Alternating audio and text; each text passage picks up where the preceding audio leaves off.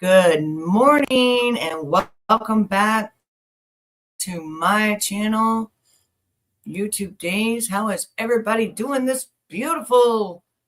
Well, it's not so beautiful, but it's raining and it is almost Christmas. We are exactly 11 days away from Christmas, but I come to you this morning because all of a sudden I wake up and it's like, the FBI is reportedly now getting involved in the case with JayZ and Ramir, who has been claiming for over 10 years now that JayZ was his daddy. Well, he's been wanting a blood test. He's been fighting the courts. JayZ's been blocking the courts of him actually getting blood tests. I think that that's sad because his mama died and his mama left a written affidavit, sworn affidavit, of the encounter that she had with JayZ. Now, mind you, I don't know how old she was. Some people are saying 13. I don't know. I do know the legal age, I think, in New York is 16, I believe, 16. I know here it's 18. You got to be 18 years old, before you consent. You got to be a consenting adult. Now, you could leave the house at 17, but I think you got to be 18 before, you can be a legal age. I know that New Jersey, 16, all these different places are different ages, but they're saying, word on the street is that she was 13. And evidently, this is why the FBI is getting involved. I'm not really sure why the FBI is getting involved. But he did do some interviews. However, the only one I'm going to go over with you all is the one that is with Taja AI, because I feel like that's more of a person that kind of gets the truth out there. Not saying that the other people that he went on their channel, that, they don't get the truth out there. I'm just saying that I just feel like that's the person I want to go over the interview. Okay. So before we do that, I want to show you that the FBI is, I guess because this would be a criminal case, just like with anything else, right? So it's stating here that the FBI reportedly involved in JayZ's paternity case as legal battles escalate. And there's JayZ and there's the alleged son, which, if you ask me, he looks like him. He looks like his mama and he looks like him. But JayZ decade-long paternity case involving Ramir Swadaway has taken a new turn, which claims that the FBI was called in to investigate allegations of corruption in the legal proceedings, because this kid has been trying for 10 years to get Sean Carter, JayZ, to take a paternity test, and he kept blocking it and blocking it. So the rapper, whose real name is Sean Corey Carter, has been accused of dodging a paternity test that could establish whether he fathered Swadaway during an alleged relationship with Wanda Swadaway when she was then 16 years old. Okay, so 16 years old. So it must be 17 years old for you to be legal, is what I'm presuming. Swadaway, now 31, has been fighting for recognition since filing his first claim against JayZ over 10 years ago. So that means she would have got pregnant in 1991, because I had my son in 1992. He's going to be 32. Husband, get out of here. I don't care if you're trying to strip or what. I'm busy. I'm doing news. Okay. Anyways, my son was born in 1992. He's going to be 32. That means she was pregnant in 1991, had him in 1991, which means he's now 31 years old. And if she was 16, that means she could have been 15 when he started, 16 by the time she gave birth, because I was 16 when I started, when I got pregnant, and 17 by the time I gave birth. So it just depends on, when her birthday was and how it fell before she had her child. But anyway, so it says, has been fighting for recognition since filing his first claim against JayZ over 10 years ago. Despite multiple legal setbacks, he continues to push for a resolution. Court documents allege that JayZ attorney colluded with New Jersey court employees to withhold critical documents, leading to an FBI probe into potential fraud and racketeering. So Wanda, who passed away in 2019, publicly supported her son's paternity test in a 2016 video, insisting that the validity of her claims. Ramirez's godmother, Lily Colley, has also been vocal, asserting that the truth will come to light, meaning it's going to come out. The ongoing legal battles have left Ramirez and Colley facing financial strain, including $15,000 legal fee judgment in 2022, which they claim resulted in illegal liens on their property. Their latest lawsuit alleges violations of constitutional rights and emotional distress from years of litigation. So this ain't a shakedown. This kid's been trying for 10 years to get this. Adding to JayZ's legal woes, he faces separate allegations of SA involving a minor after an MTV party, blah, blah, blah. Why he denies the claims. The controversy continues to impact his reputation. Despite the mounting challenges, JayZ, sorry about that, has remained publicly active, appearing at events alongside his wife, Beyonce, and their child. Okay, so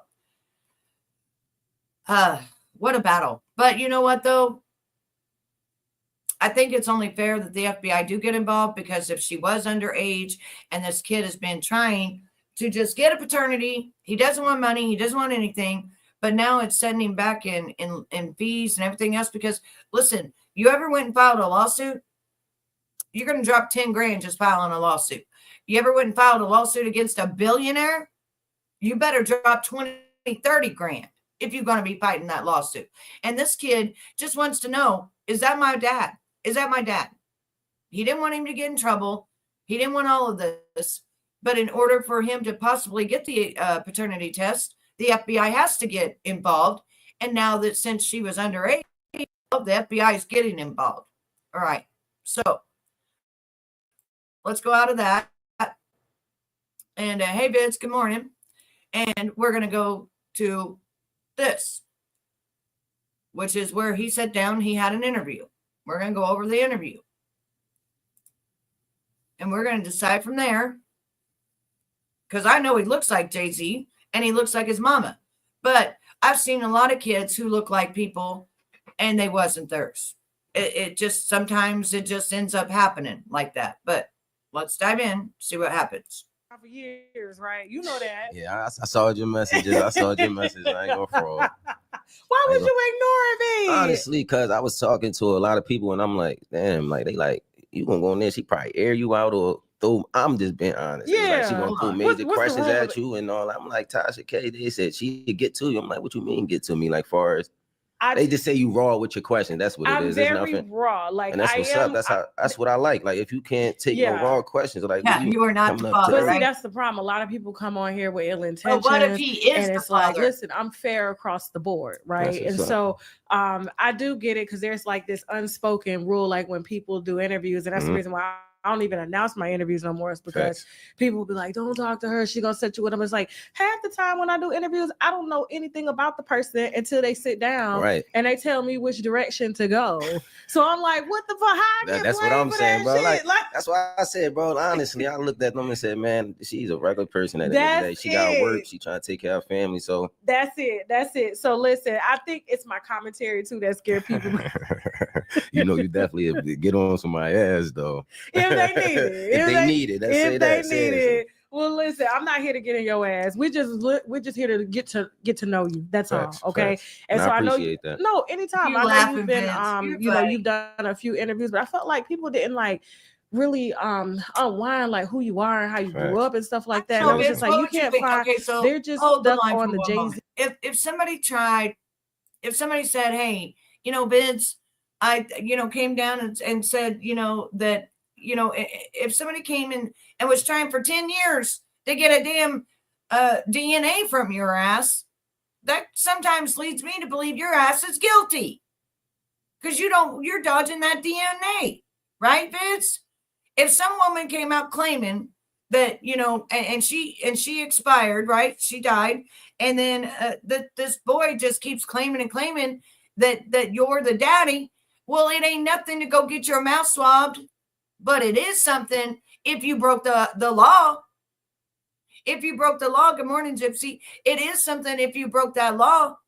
If you broke that law and got that and you was in your 30s, that's a whole different ball game right there. So if this child was born in 1991 and she was 16 when she had him, she could have been 15 at conception. How old was JayZ? He's 5 years older than me, 6 years older than me. So he would have been damn near 27 years old. 27 years old, fucking a fucking 15-year-old. Make it make sense. You know what I'm saying? Come on, make it make sense. Good morning, Nana. How are you? It's a difficult situation, but what if they came to you, Vids, and they were like, and you kept dodging and dodging and dodging. You don't think eventually the FBI is going to get involved because of the fact that your mother was underage? And every time you file just say you as the son, and you wanted to know, is that my dad? And every time you filed something, somebody said to you, sorry, you ain't getting a DNA. And you know this kid's forking out thousands and thousands of dollars just to find out, is that in fact my dad? Because not only that, but his mama wrote a written statement, a signed affidavit of where she was in Brooklyn, New York, when she went and had protected sex, but the condom broke. She talked about everything about it. It's all in there, the whole sworn affidavit. Now, wouldn't it be easier, Vids, if you just go and take that DNA and get your mouth swabbed and be done with it? Or, would you be running for the hills? Would you be running for the hills if you knew for a fact your ass was in your late 20s and this kid was 15, 16? It'd be the latter. You'd be running for the hills. You'd be taking those billions of dollars, right? You'd be taking those billions of dollars and you'd be fighting it too. Because why? If it comes out that he's the pappy, well, you don't got to worry about nothing else. The judge then has to decide, this kid was underage whenever she got pregnant with this child that's now 31. It is what it is. There's no statute, there's no you guys know what I'm talking about. You can file on that stuff for 20, 30 years down the road. Right, they do. However, if it wasn't your kid, right, and you knew 100% that is not your child, guess what? You just go get that mouth swabbed, especially after 10 years of this kid petitioning the courts. You just go get your mouth swabbed, get it settled. Here, I'm not the pappy, or I am the pappy. And another thing, if that is your kid, wouldn't you want to know your kid? Or do you want that kid to live on every day not knowing who his pappy is, but yet looks like you, looks like the grandma? A lot of people, he says he's a loving, doting father. Show it. Show it. That's what I say. But anyway, back to my stuff. You know me, I got to have my rant. I got to have my litigation going as to what I think, because, my opinion does matter in this situation because I'm the one reporting it. Anyway.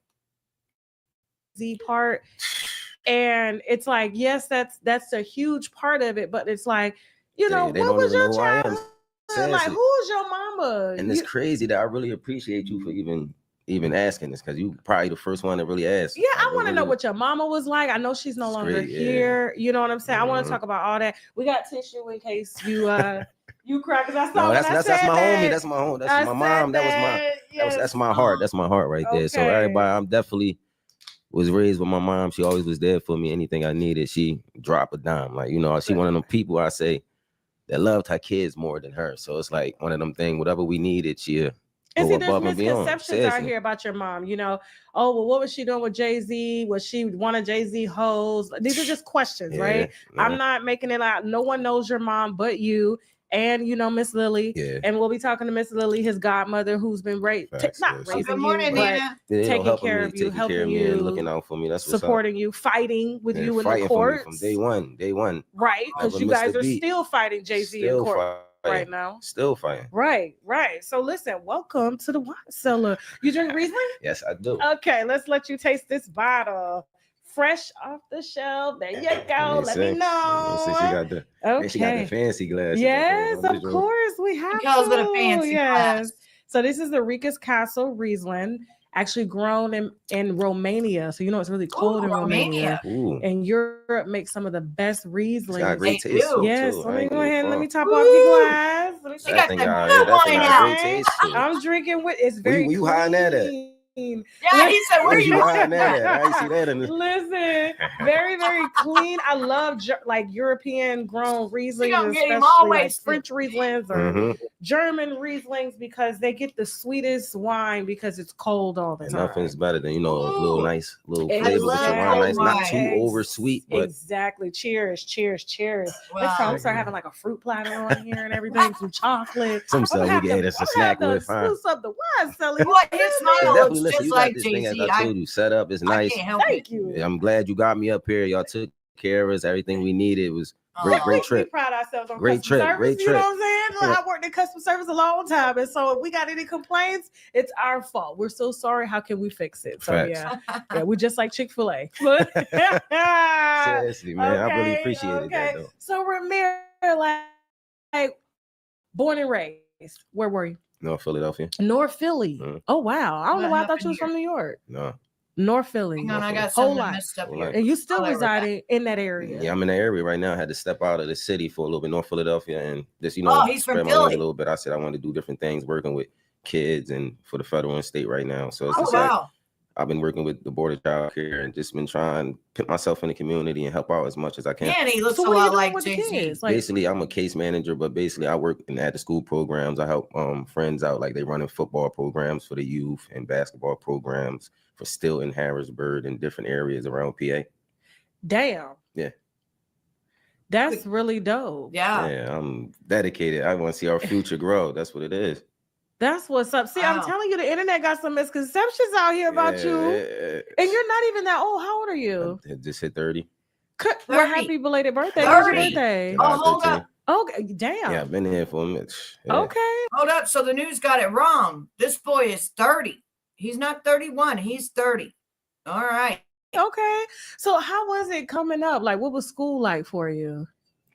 Well, school was school in North Philadelphia. I say it was a great experience for me because I learned from everybody. My older, I say my older family, as far as my aunts and uncles, they was real raw and uncut. Us living in Philly, we got tough love. So it's like they was really honest about, being in school and following your dreams and just being dedicated to anything you want to do. They also told us that, the street life is you got to be street smart, also book smart. So they gave us a little bit of everything. Told us, watch yourself in the streets, don't do nothing to nobody that you want.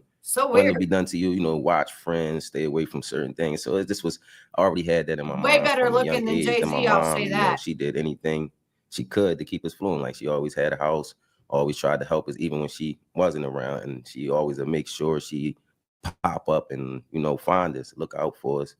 And, anything she could do for us, she was there. So and awesome. I really appreciated that from her, because a lot of parents don't even I ain't gonna say that for everybody parents, but a lot of parents now that I'm seeing today just let their kids do whatever. Yep. And they don't even that's not the way. There's a lot of teenagers having kids, and I'm not, pointing the finger at anybody. I get some coffee. Them older parents was honest. They installed respect and dignity in our mind. And it's like a lot of that respect is not out here no more. People don't respect each other. People doing all types of stuff. People don't want to see you go up. So it's like, and I'm not saying that for everybody, but I speak raw. I speak from my heart. I don't come up here with no scripted shit or no shit like that. I want everybody to know I was never far as even with my case, people say, you chasing JayZ. I was never what am I getting from that?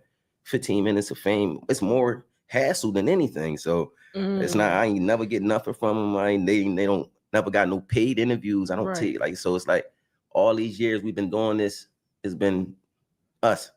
It's like, and he's come after you guys pretty hard financially. Yes. Yeah, and we're gonna talk about that when we bring Miss Lily in here, your godmother, because she traveled with Ramir down here to support him, because we've been trying to get Ramir on the show for quite some time, and you know, our name ain't the best out here in the streets. You feel me?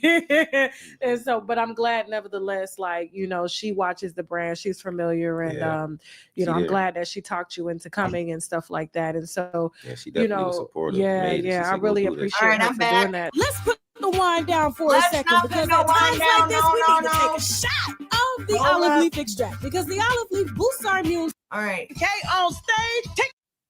Hello. Good news, you know, Lord have mercy, because we lost so many family members. So, oof, you know, I'm sorry that you went through that, and your mom passing. Thank you. Your mom passing. That's still fresh. Yeah, it is. Like, you know, I'm still working on it, but I take every day, you know, one day at a time, and just seriously, it just think what she wants. She was a real happy person. Like, nobody can make her upset. Like, it's just, she every day smiles, dancing, you know. Yeah. So I miss that.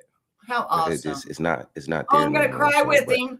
I take every day, and I try to get that to the kids. Like, you know, my mom, even when I was mad, she, be happy. Another day, God let you be here. Right? Don't be upset. That's nothing. For everything. Like, it wasn't nothing I could go to her and say she gonna agree on me being upset, or anybody in the family. Like, anybody, you ask anybody in the family, my mom, like, happy. I just know what it's like, you know, to lose my mom. And just imagine if you're a kid out here, you know, and before you lost your mom, you're really trying to fight to see who your pappy is. And he might be a multi-billionaire out here, you know, and then your mama, you know, gets taken away from you, and you're still fighting just to see, is this my dad? I mean, damn. Happy, joy, dancing. How many sisters she have? She had me. I might cry this morning. So different fathers? Yep. Okay. All right. So how old was she when you were born? Are you the oldest, youngest? Yeah, I'm the oldest. You're the oldest. So you were the firstborn. Okay. And so how old was she when you were born? 15 going on 16. 15. So she was a young mom. Oh, she was 15. Did she raise you the entire time, or you know? Boom.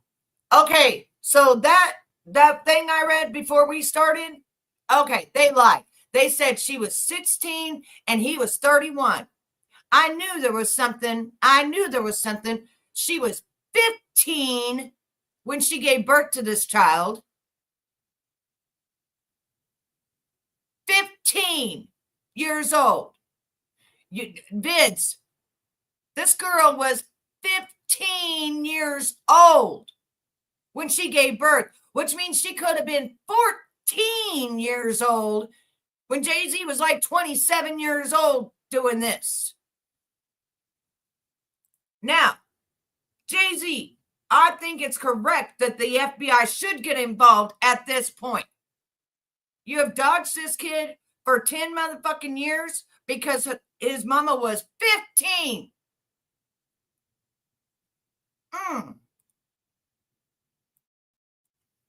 You know, like me, I was raised by my grandma, my mama, my auntie. I'm pretty sure she had help from the family, but yeah, she makes me mad too. Or nothing. So yeah, she 20-some-year-old fucking man with a they family out there. You remember being with her when she was so young? Like, I say probably around when I got to like 3, when I probably can fully start remembering little things, like 3, 4, when I really start, you know, picking up on things. I'm like, you know, my mom, I seen her.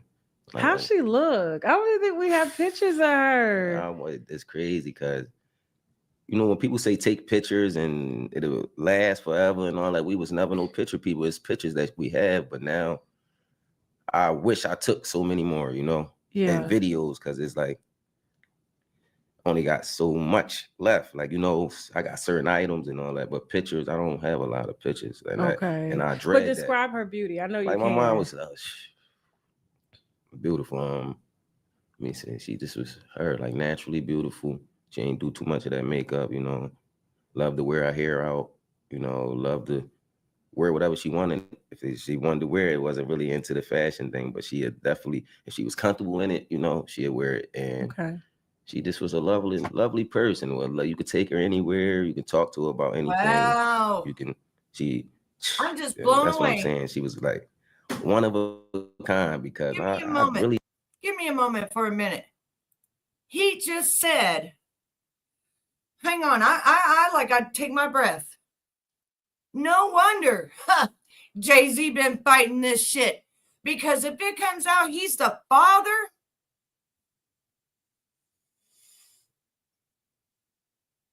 that kid was 15 years old giving birth to a baby.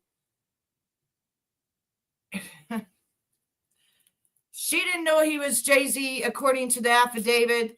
According to the affidavit, he just took her and a girlfriend to his house, and they lived in a 2-bedroom place in Brooklyn. She described it all and everything else in this written sworn affidavit.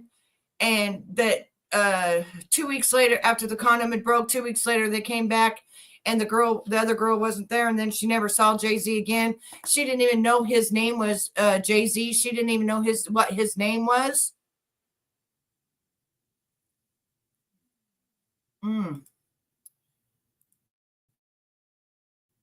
They don't see that, and people be like, "Damn, you making this up?" Like, but no, the people that know me know how sincere I was about my mom. Like, I still like, that's why I'm doing this.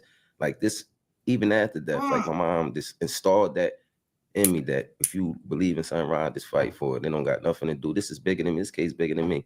Honestly, when I say my case, because I'm not just fighting for me, it's for anybody that come behind me. They shouldn't have to go through this. Like, it should have been taken care of. 10 years, this kid has spent thousands upon thousands upon thousands. Just to every time he petitions the court blocks it. And now the FBI is involved because why? She was 15 when she gave birth to this boy. Whew, child. I'm going to tell you right now, he was like 27. Huh. This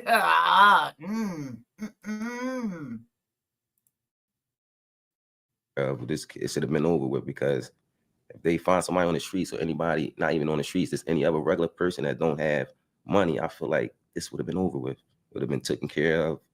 Yep. And you're grown now, so it's not like you're trying to collect any money. That's why I said this for years. Like, I'm good. Like, of course anybody would want more money. Who wouldn't take money? But I'm good where I'm at in life. I got a great job. I'm driving Mercedes Benz. I'm taking care of myself. He's 30 now. So it's like, you got kids? Yeah. Okay, hold. Okay, hold up. A newborn son. That's 8 months. All right. Let me answer your question. He is 30 years old, and the mama didn't know that JayZ was JayZ. She never saw him again. According to her written statement affidavit, she never saw him again. After that night, 2 weeks later, she saw him one other time, and the other girl wasn't there. And then she never saw him again after that.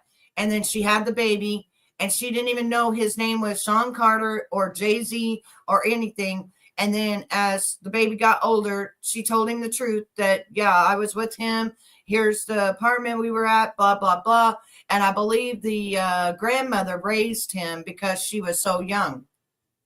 So 10 years ago, before the mama passed in 2019. The mama was still alive 10 years ago, which would have been, 2014? 2014, the kid has been trying to get a DNA of JayZ. Now, the kid doesn't want no money from him, even though it's cost him money to file all these lawsuits, just one right after the other, just to be told you ain't getting a DNA. You ain't getting a DNA. Well, finally, after he went to all these different people on YouTube, you know how YouTube get down, and we've got FBI on here and stuff now. It ain't like it used to be where we could just run amok. You know how FBI be in our chats and shit. Somebody got a hold of it and said, "Whoa, hold up." Watched this video and said, "Hold up. That woman was how old? She was 15 when she gave birth? Oh, hell no." So now the FBI started investigating it and investigating the courts, why they have been shutting it down for this kid to just get a mouth swab. That's all he's asking for. Swab your mouth, JayZ, so I at least know if you're my pappy or not. And I think the reason he's been fighting it, JayZ has, excuse me, You wish I was a teenager. You funny as fudge.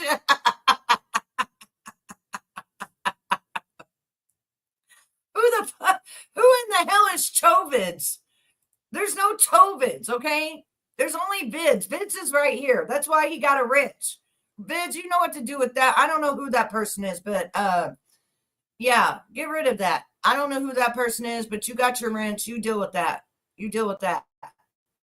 Months. Damn. Okay, congratulations. And I got two daughters. Actually 15. Oh, so you got it. Wow. So you had a baby at 15 and a baby. Okay. I ain't going for all that. It's just honest. I love my daughters. Get rid of them. It's get rid of them. Now. See, I don't want them in here. I don't want them calling me that. I had a lot of help from the family. Don't get me wrong, but hold on. I don't want them calling you that. So get rid of them. If you don't get rid of them, I'm going to get rid of them because I don't like that name.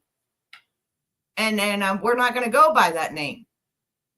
I know exactly who you're dating, what you like. You know, we're not going by that. I'm not putting that. If you don't get them out of here, I'm getting them out of here. Don't come in disrespecting in my chat, my mods, or anything else, because you be ripped the hell out of here. Don't come in and calling people chomos either. All right, you get it? Unless you got hard-earned evidence that you can take to a court of law or to the FBI, don't be coming in my room saying shit about my mods. All right?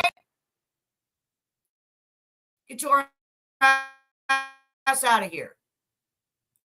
Supposed to be doing is just, I'm glad that I can go with my kids and actually teach. You know me, I don't like that shit. That, you wasn't sure. Yeah, so it's like. Did you have any type of father figure around? Yeah, I feel like I always like my uncles, my person that was there, that was my father figure, that was there for my little brother. That's my little brother dad, but the person that was there, I had. This multiple people. I feel like it take a village to raise a child, so I don't believe it. Never. So you basically was raised just like most of us by the whole damn. Right? You right at your house, your mama house. Merry Christmas to your mother. That's how I am today. Did you feel coming up like something was missing, even though what you had your mom? What, like, Tony? You know how you as a child, you be in school and maybe they have like, I don't know, go to school with your dad day or Dads for donuts. Did you notice, like, when did you notice that something was kind of like missing or different about you? See, I ain't gonna make up when I was young, I ain't really look at it. I really looked at, I try to look past it. I see that now because like not having a dad. Yeah, I try to I always, that's like I said, I always had people around me. So even when I didn't have the father figures coming up to the schools and always there when I needed them to talk or something, it's like I quote different. Like I sit there and people say it's bad and talk to myself as far as not on nothing crazy, but sometimes you gotta have that conversation. Like, hey, you can't blame another person and take all this. So I was kind of tough on myself, but it helped. It helped me grow, get the thumbs honestly. up. And while you lie, situations now where I'd be like, hey, I ain't had that when I was young. That don't mean my kids can't have it. Right. But most people are essentially damaged when they don't have their fathers or their mothers in their life. And so, for me, like, I'll give an example. Like, I was raised by my stepdad. I'm just mad. I call him my dad. He married my mom when I was 1. Right. He's all I know. So when my real dad showed up, it was done so shocking. Like, hey, by the way, this your dad. And it was like, what? Like, it was crazy. I know that. I know you was. Who the hell this nigga is? What? Yo, that was crazy. If the White House was at the Atlanta show, my comedy show, he showed up at the end. My real dad surprised me, you know what I'm saying? But like, it was sort of done like, oh yeah, by the way, she's smoking a cigarette. This your dad, and I had known that I've only had one dad my whole life, so to know. I'll tell you something that's really kind of sad about my life is that when my mama met my dad, my mama was in Houston, Texas. Hey, Lisa B, how are you, honey? My mama was born and raised in Houston, Texas. My daddy went up there with one of his best friends. And at first he started dating my mom's sister. And then in order to get my mom to Missouri, my mom wasn't interested in my father at first. And to get my mom to Missouri from Texas, he said, because she was 16, he said, almost 17.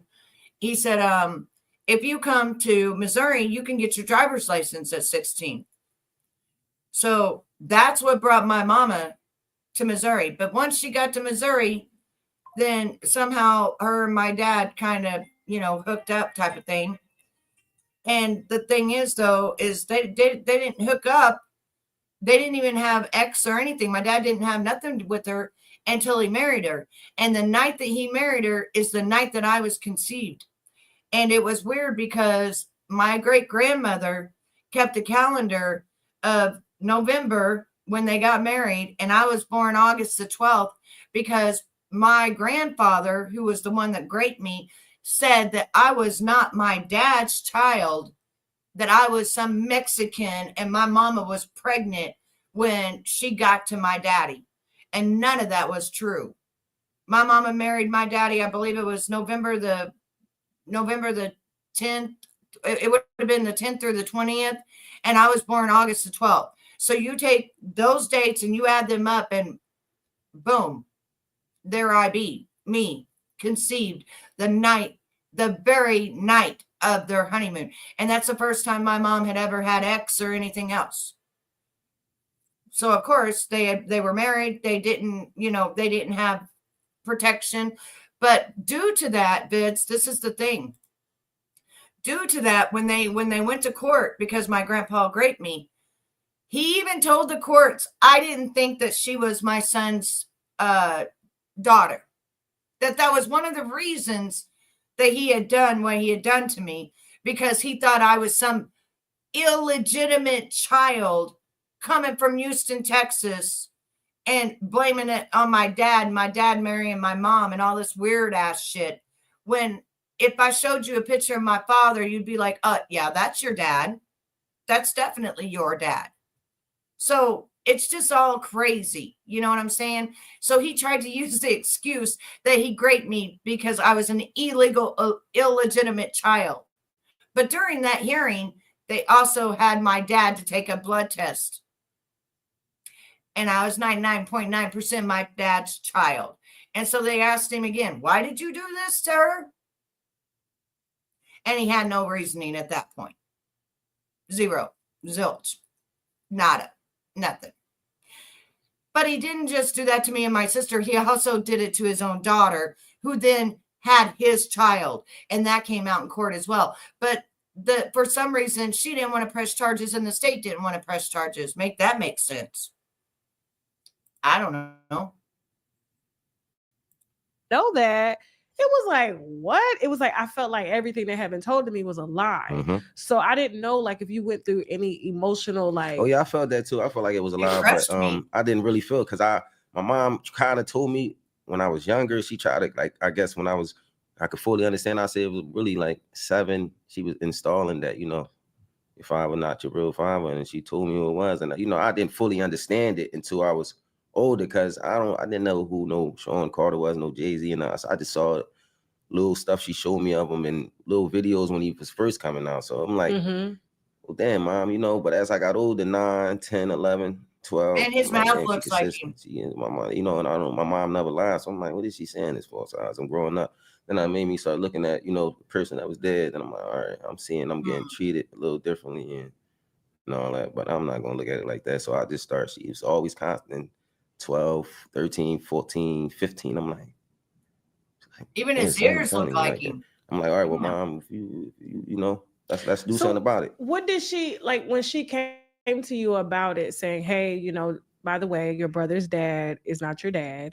JayZ, Sean Carter is your dad.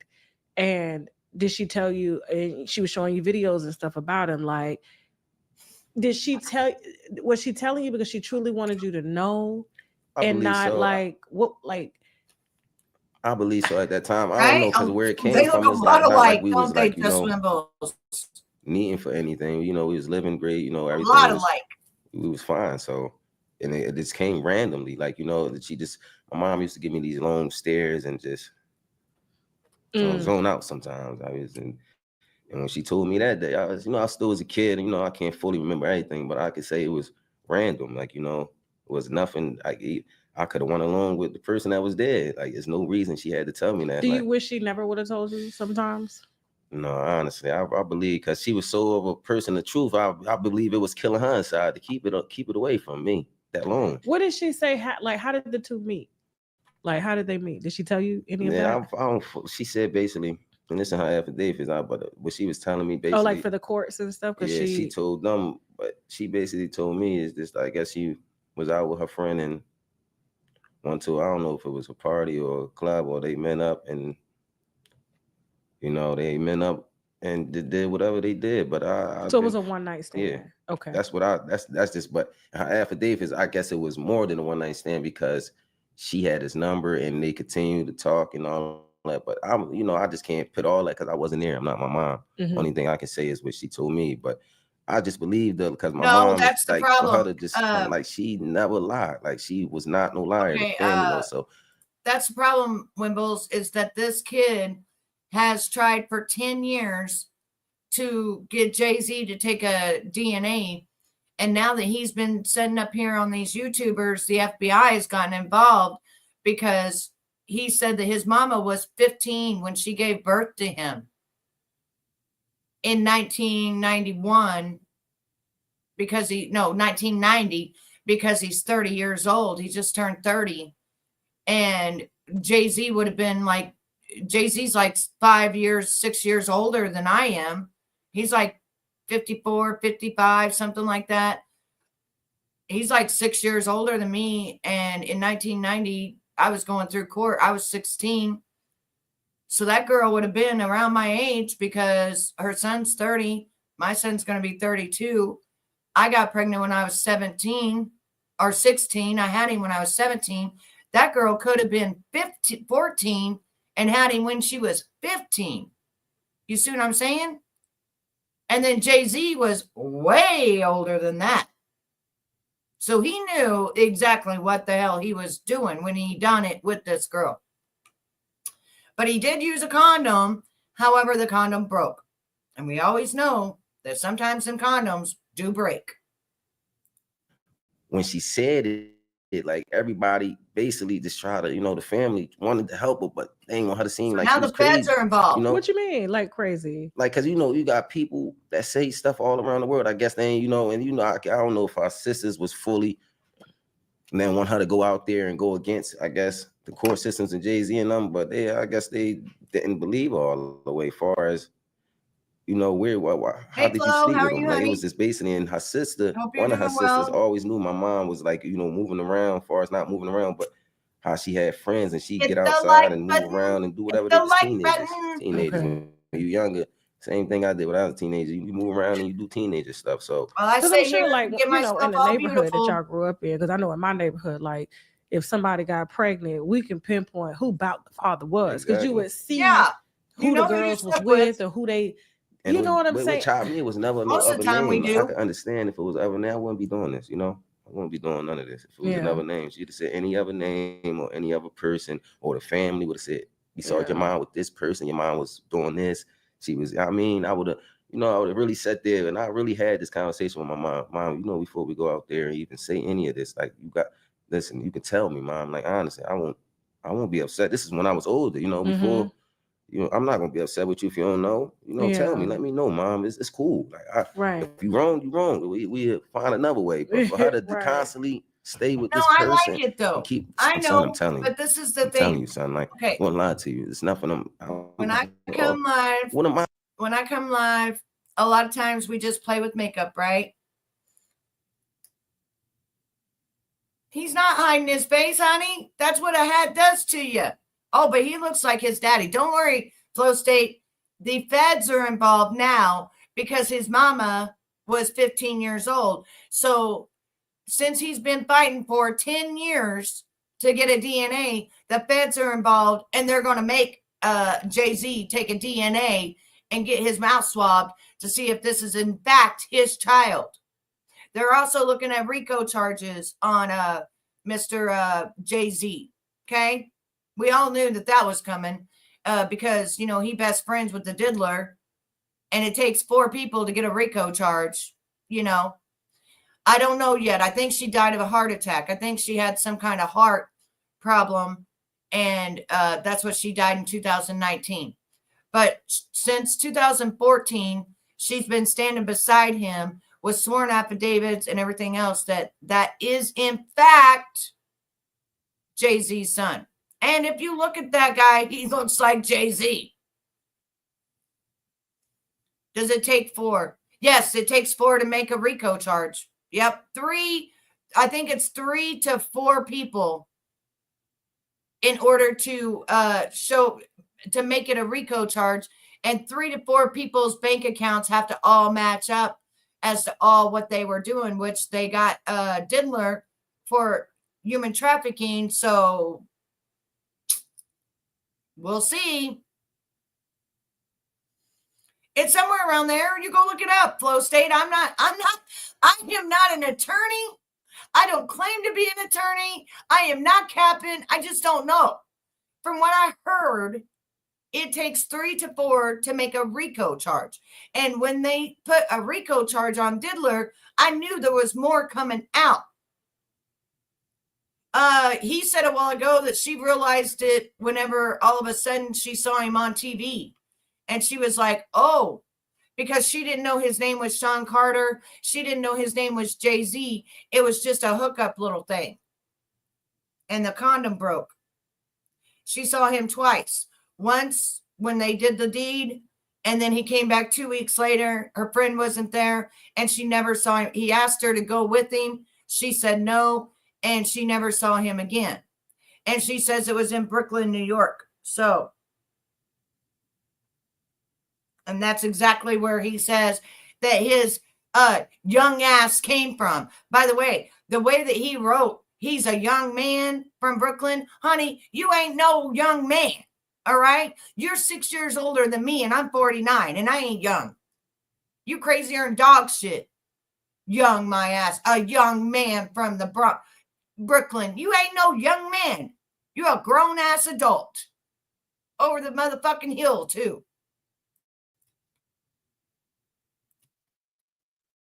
So in denial for? Like, what am I in denial for? Like, what is she? It's nothing she did to me or told me.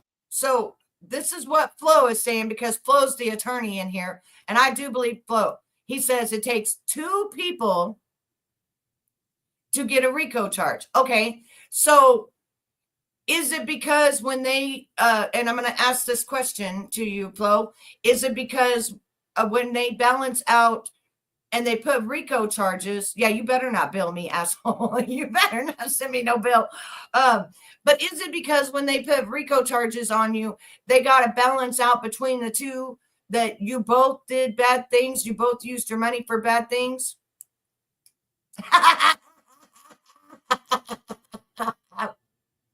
For a full hour. That's how you know I'm a real attorney, right? Shit. Well, see, I never looked up RICO. I just know that when the mob went down, like John Gotti and all of them, wasn't that was on RICO charges, right? Right? Criminal enterprise. Okay, so they're saying that it's human trafficking. They're saying that it's human trafficking. And then if you go on to there's a couple of places on YouTube right now that have been going on to Reddit, and people have been telling their story. And one of them was a truck driver talking about how he was called up, asked to take a load. And the second time he learned that it was people. And when he went to the Diddler's house in the basement, there was all kinds of prisons and shit, and it smelled foul. And he had to leave those people there. So if that's the case, and they're saying that it's human trafficking, they're also stating on Twitter that JayZ's plane, this is what they stated on Twitter, they had a flight of JayZ's, and the flight went from Mexico to Chihuahua, Mexico, several different times in a amount of period, which is leading to cartel involvement. And somebody who brought that out on Twitter, it was immediately deleted, of all the flights to Chihuahua, Mexico, and a few other that are high impacted with the cartel. Okay. So RICO is exploited constantly for regular criminal cases. I know several people who have been hit with RICO charges. Okay, but if they're saying that it's human trafficking, and I don't believe, I'm telling you right now, I don't believe that it's that Cassie did freak offs and they brought people, to do freak offs. I don't believe it's anything to do with that. I believe that there's stuff being hidden from us.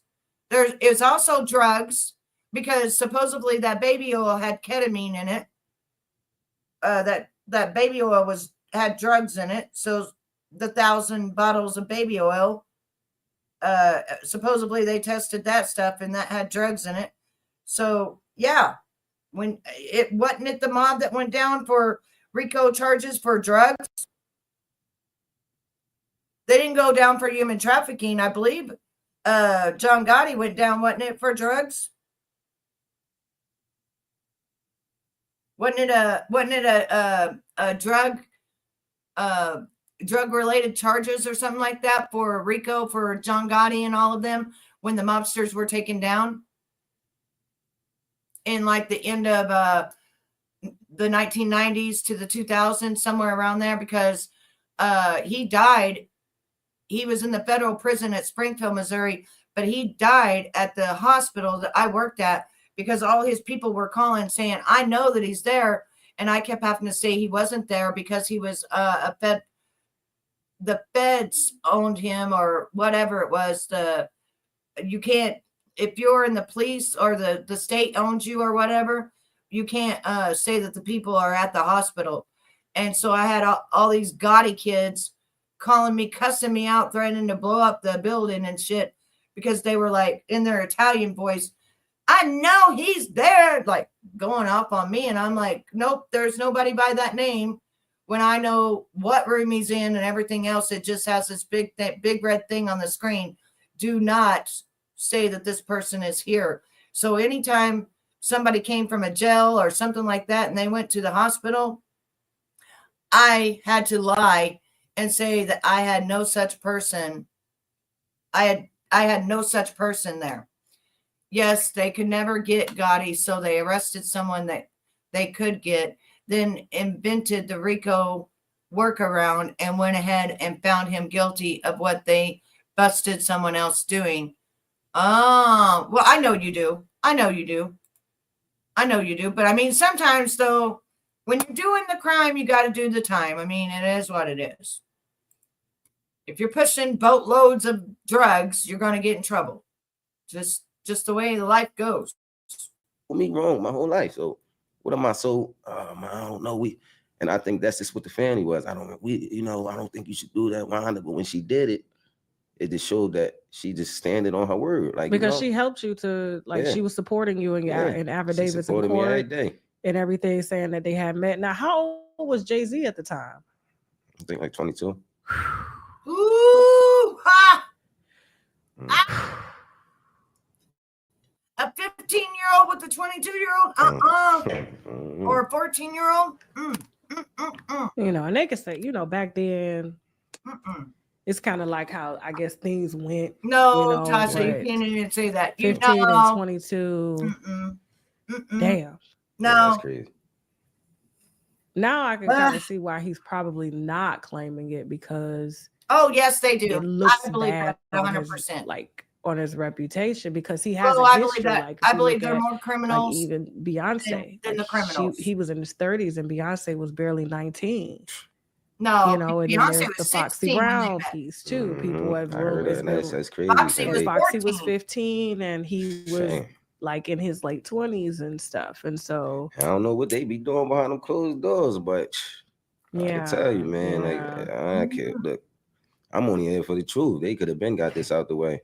But for him, because he's such a big brand, for him to say, I was in my 20s, and because they're rolling shit back years now, like, so for him it's like, it's not probably like a good time, but at the end of the day, like, we got to do the right thing. And it's not like you say you want money or nothing. I was never after that. That's what I'm saying. You just wanted could have basically just announced it's cost him thousands. and it's basically how they did it. You know, the courts, like you let the courts, you up here screaming Black Lives Matter and all that. You just let these courts and these lawyers just do anything in your name. So he's like, the Supreme Courts need to be fixed.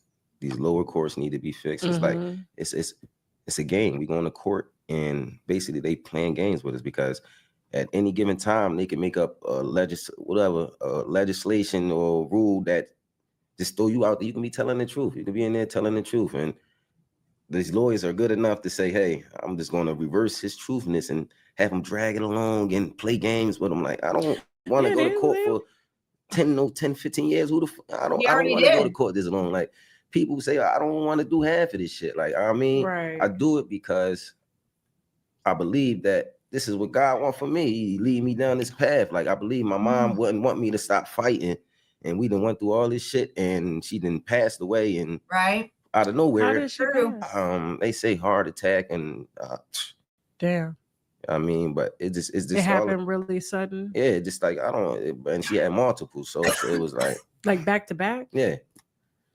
So like she had a heart attack, went to the hospital, recovered, had another one. And that's our first time. My mom started off having couple heart attacks back to back. They let her out. That's how my mom's was. Just boom, boom, and then dead. My mom just got out the hospital. My mom did too. How 2 days later, she was only like, I'll say 45. I was gonna say that's my mom was 55. Yeah. It's young. That's why it just hurt me. Like, you don't never want to point the finger because I see so many people in the world. You be like, God damn, they took my mom. Like, that was the closest person I was mad. And it's weird. Like, I could really talk to this lady about anything, and she'd always tell me the right thing, right? I was wrong with my son. She let me know, and I won't get mad at her because the way she do it is never. She ain't here to bite your back out. She ain't about to go talk to the family about you and whisper and none of that shit. It's always direct. Like, right, you wrong. That's not the way you screaming and you. So I understood it, and I can't get. It's like I miss that so much, and I love my mom so much. This is like she know.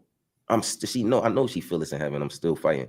This was never about me. This is way bigger than me. I don't care about no money and none of that. I'm still gonna be great.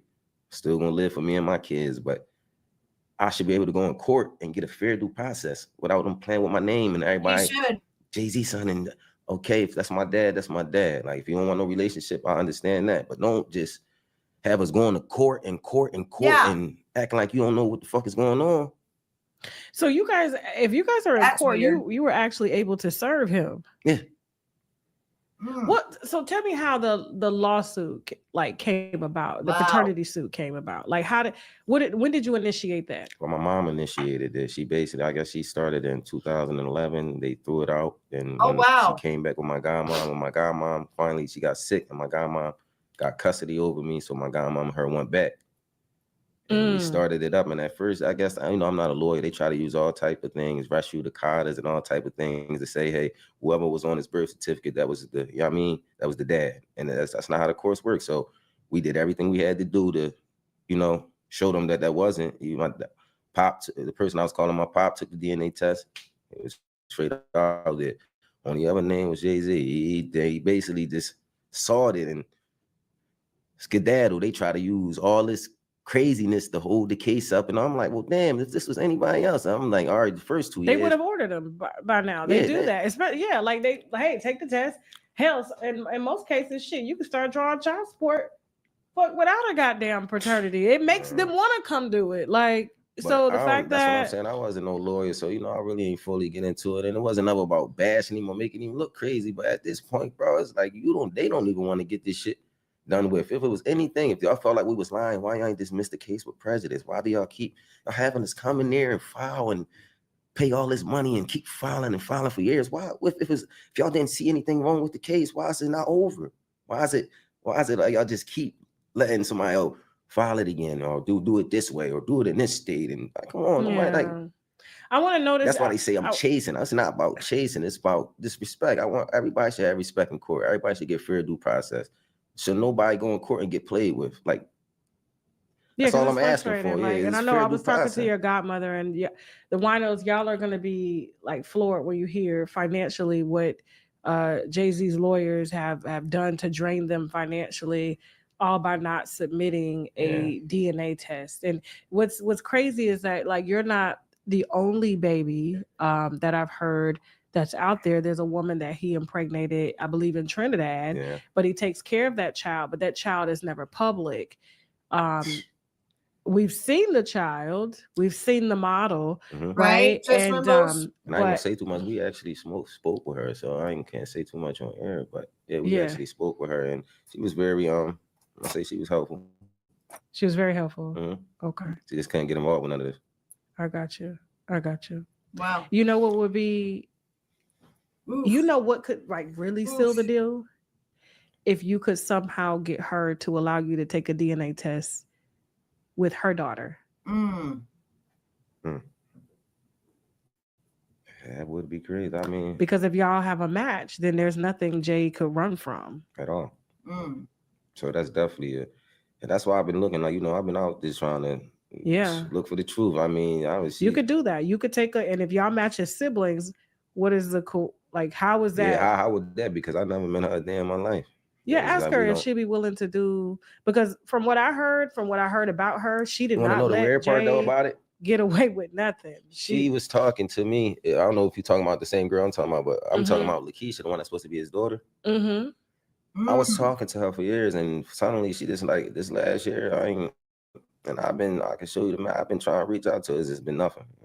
It's not like it's nothing. As far as, and she reached out to me first. Hey, we could be related to this and all that. And this was like 6 years ago. I didn't know. I had to get to all my messages. But when I finally read it and started talking to her, because we actually been talking. We talked a couple times before. It's like she don't respond to nothing. So I'm gonna see if I can get her in here. But he was taking care of her. That would be good. It's crazy. Wait, he was texting her? You would, and see, here's the thing too. Like, there's so much like at stake, especially when you deal with someone in a position like him, because you would be the firstborn son. Yeah. You would be the heir. I know that's crazy. That's what not the son that they don't show. She said don't show. Nope. I was just trying to figure out how he got 2 daughters at a football game. Where's your son? Right? And so, rumors have been swirling around that the son there's some issues going on with the son. I can't specifically say, but like they're all over the blogs. And basically you would be the firstborn, fully functioning son. To people, I know that's that you got to understand that pisses people off. Like you have rights, like regardless. That's what I'm saying. That's why I said it's like I don't understand. Like most people have rights to everything. Just like you say, he's so big and into their brand, and I'm not putting nothing on nobody.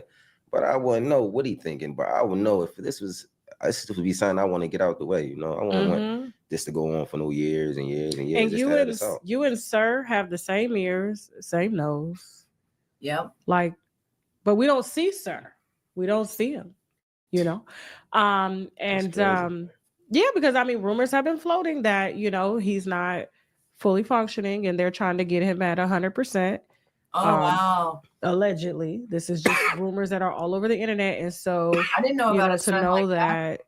Did anybody else? Let's just say his wife wasn't able to give him the kids. That's a hard. That's crazy. Everybody they look past that. I don't want nobody coming for us after this. But yeah, man, listen. But it's true. It's true. Like it's true. Like you ain't saying nothing that's wrong. Think about it. Like you said all truth.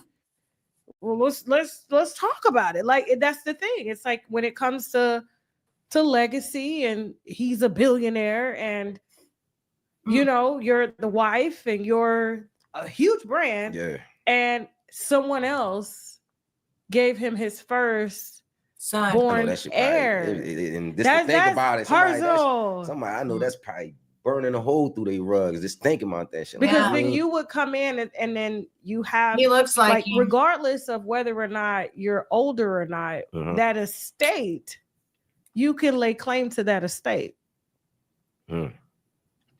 See, And this outfit, this you pin me on because it's stuff I wasn't even thinking about. You know, honestly, that's how I show you in my head. That's why he's fighting so hard, because it's like he doesn't want it to keep. Well, that's another dismissed. thing. I'm with you on that. Hopefully, tire you out. That's where flow state, and I agree. You know, because like when the guy tried to grape me, and I tried to fight, the police wouldn't even listen to me. They just listened to him and took me right to jail. And then once I pled guilty because I didn't know what the hell, I'd never been in trouble. And once I pled guilty, I found out that guy had just got out of prison. For what? Doing the same thing he tried to do to me. I fought that man with everything I had in me. And when I lifted that man up, and he was like 260, 6 foot something, and I lifted him up by his neck and pulled him up off the ground after he kept fighting me, and I had bruises all over me. And I said, I will fucking kill you. That's whenever he ran upstairs to my sister who was sleeping and called the police. And I wasn't able to even talk.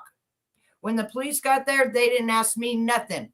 They hauled me off to jail. Whenever I stayed 24 hours at jail, this is the only time I'd ever been in trouble in my life. I got out of jail. He picked me up. My sister picked me up. And I said, and I had bruises all over my body. And I said, did you press charges? And he said, no, because I didn't press charges. And he said, no. 3 months later, I had to appear in court on my birthday.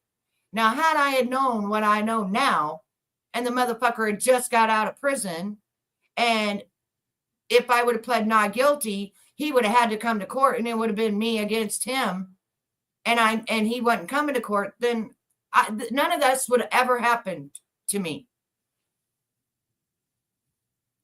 But he didn't get his way. He didn't get to grape me. You see what I'm saying? But he did get to put me in jail.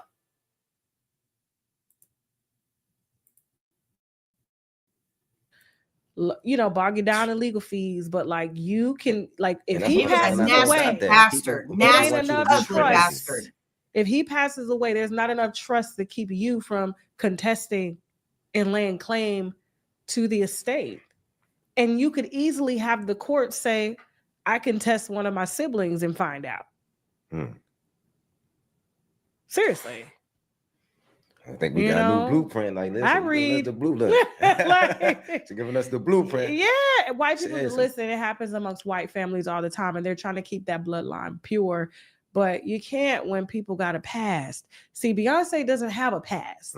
He does. Yep. And so, as someone as big as her, choosing a husband like that, and he has a past that you can't undo. You can't undo like him allegedly courting young girls that were way younger than him underage. Like all of this has to come out, and no matter, and it's like you just keep trying to stuff it in. It's going to eventually bust out. Right. So you know that you can't hide from that shit. I mean, that's why I said it's best if you don't want none of this backlash to come for you. You shouldn't have never did it at first. But at the end of the day, you could have got half of these things taken care of, bro. I think Beyonce was like, her brand would not hurt at all, but JayZ has so much that I feel like he's JayZ will go to prison because your mama was 15. Hide and kind of sweep under the rug, and it could bounce back and hit her, because really she was pretty much an innocent bystander. She was young when she met him. 16. Like she was young. It's all in the timeline. Everybody, if you go back through look at his timeline, that's all you just gotta look at. All the listen to the songs. And I want to say this too. Listen to the song. I'm not even gonna lie. Like there's certain traits that we pick up. Like I give you an example. My auntie, she used to drive with her shoes off, and I used to get so mad at her. Like, why drive with your shoes off? Like she's the closest. She's my mom's sister. And she raised me. I now drive with my shoes off subconsciously, right? My mom, like the way that I laugh, the way that I talk, there's just certain things that I have from her that I cannot help or change, right? It's just there naturally. Your voice, there's a stutter in your voice. I don't know if people told you. I heard it before. It's a JayZ has a jitter when he talks. Right. It's like something going on with the voice box where when his voice comes out, there's a jitter. It's like, it sounds like he's like, you know. I know what you're saying. You have that. That's very distinct. Like my sisters and I, we haven't lived together in the same house since we was like what 18. Yeah, my kids We're all in our sound the 40s. same. We My laugh girls, the same. So people be you like, can't "That's tell got a them weird different laugh." whenever they're on the Me and phone. my sisters, like my sisters. we laugh Between me, and I hear my sisters they sound like me. Yeah, I got a weird laugh. We all have the same laugh. Mm-hmm. Nobody else has our laugh. It's a very my viewers can tell me that I have a very distinct laugh. So like, I don't think that's just coincidental because like you can't make your voice box stutter. Yeah, like now the pronunciation of your words, but it's not coming from the pronunciation. It's coming from when you get ready to crank a car, right? Yeah. It either cranks slowly or it goes zoom, right? Yeah, you're right. Your voice when you're getting ready to talk, you could tell it's the same way Jay's come out. It's like it sounds like him. Yeah, that's what I was saying. You have that same thing without the crazy. high pitch. You have a lower pitch voice, but you still have that voice box chatter. It is telling me some things I heard. That's when you will fall in love. Somebody else. It's just, especially when you get to talking fast, it gets loud. I don't know if the winos hear it, but it gets it gets like, and that to me, it felt like I was like, because Jay, like when he talked, and then just the way you look around, like because he'll kind of look around when he talks. Not that he's not being dishonest, but it's kind of like he's kind of motioning his thoughts to match his words, and so that's how I be. That's it how is I be amazing. feeling. I just want. That's why I say when it's raw. How old are you now, crazy champions? That's why I just want to say the right things. I know I gotta. Like how old you want him to be? Talk slow and I just say what's on my mind. So it's like you gonna get what you getting at the time, but at least it's coming from the heart. I ain't. Yeah. And I've been running him down, listen, for years. But you guys were in court, so unfortunately you couldn't really I just didn't want to come and say something to have some more trouble. I got you. But shit done changed now. Baby, so I would say he's fucking with y'all hard. I would say this to you from the age of now to 27. Now, if I had to tell you right now, as a woman and me having children when I was young, and then having my last one when I was 24, I was more with it and more everything by the time I was 24, opposed to when I was 17 and 20. And I always tell people, at least be 27 if you have a choice. At least get your career out of the way, your education, your career, your home, and all that all settled, so that when you do bring that baby, you can concentrate on that baby. You can really enjoy having that baby. And I say that age is between 27 and 30 years old. That's also when you kind of know yourself a lot better. You're more mature. Life is different at this point. And I would say if I had to tell my younger self all over again, because my mama said get pregnant and get married in order to leave, because I just wanted to go live with my boyfriend. I didn't want to get pregnant. I didn't want to get married. I just wanted out because I had lived with my grandparents, not my mama. And I just got through putting my grandpa in prison, and I just wanted to go and just live with him. That's it. See what that was like. But my mama was like, nah, you're going to be married. You're going to be pregnant and married. That's the only way you can leave the house. So it took me 3 months to get pregnant. 3 months every day trying after I went off the birth control. 3 months to get pregnant. So sometimes it's not even easy to get pregnant after you get off of birth control. That's another thing you got to think of too. Sometimes it's not easy. You know what I mean? It's not easy. So it's just things you got to think about. But just make sure, if I could tell my younger self, I'd want to have all my ducks in a row, and I'd want to have my career. And that way I could really, really concentrate on my child. Not that I wasn't a good mom. Not that I wasn't there for every game. Not that I was.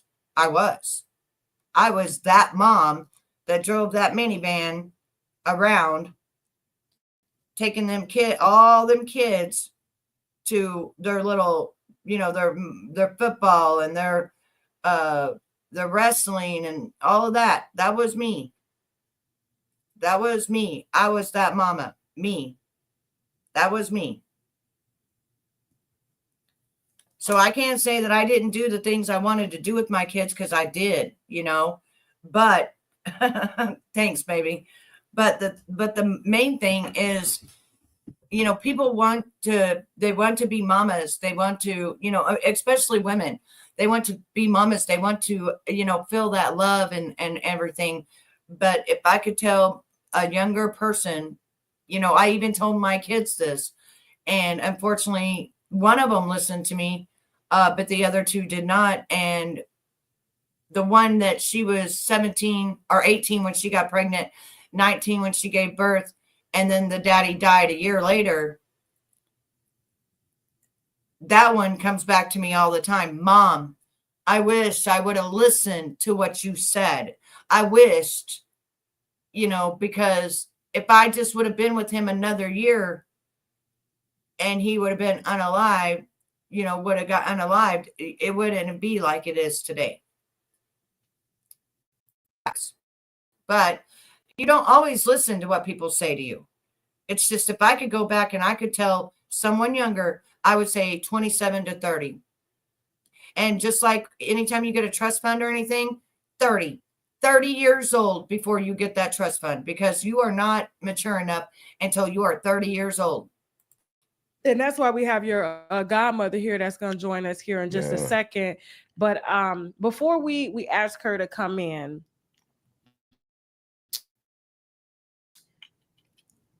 is there anything you want to say, you know, to your alleged dad? Houston, get ready for a New Year's Eve experience that will go down in history. I'm live on stage at the Bayou. I'm fighting for what I believe in is right, and I want all the kids and everyone that come behind me.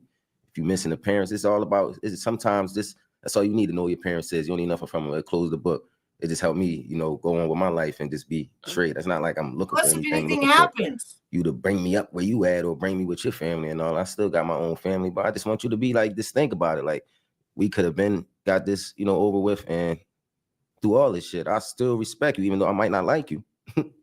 I respect everybody. So say, how do you view him now? And it's like, at this point, you don't even like him.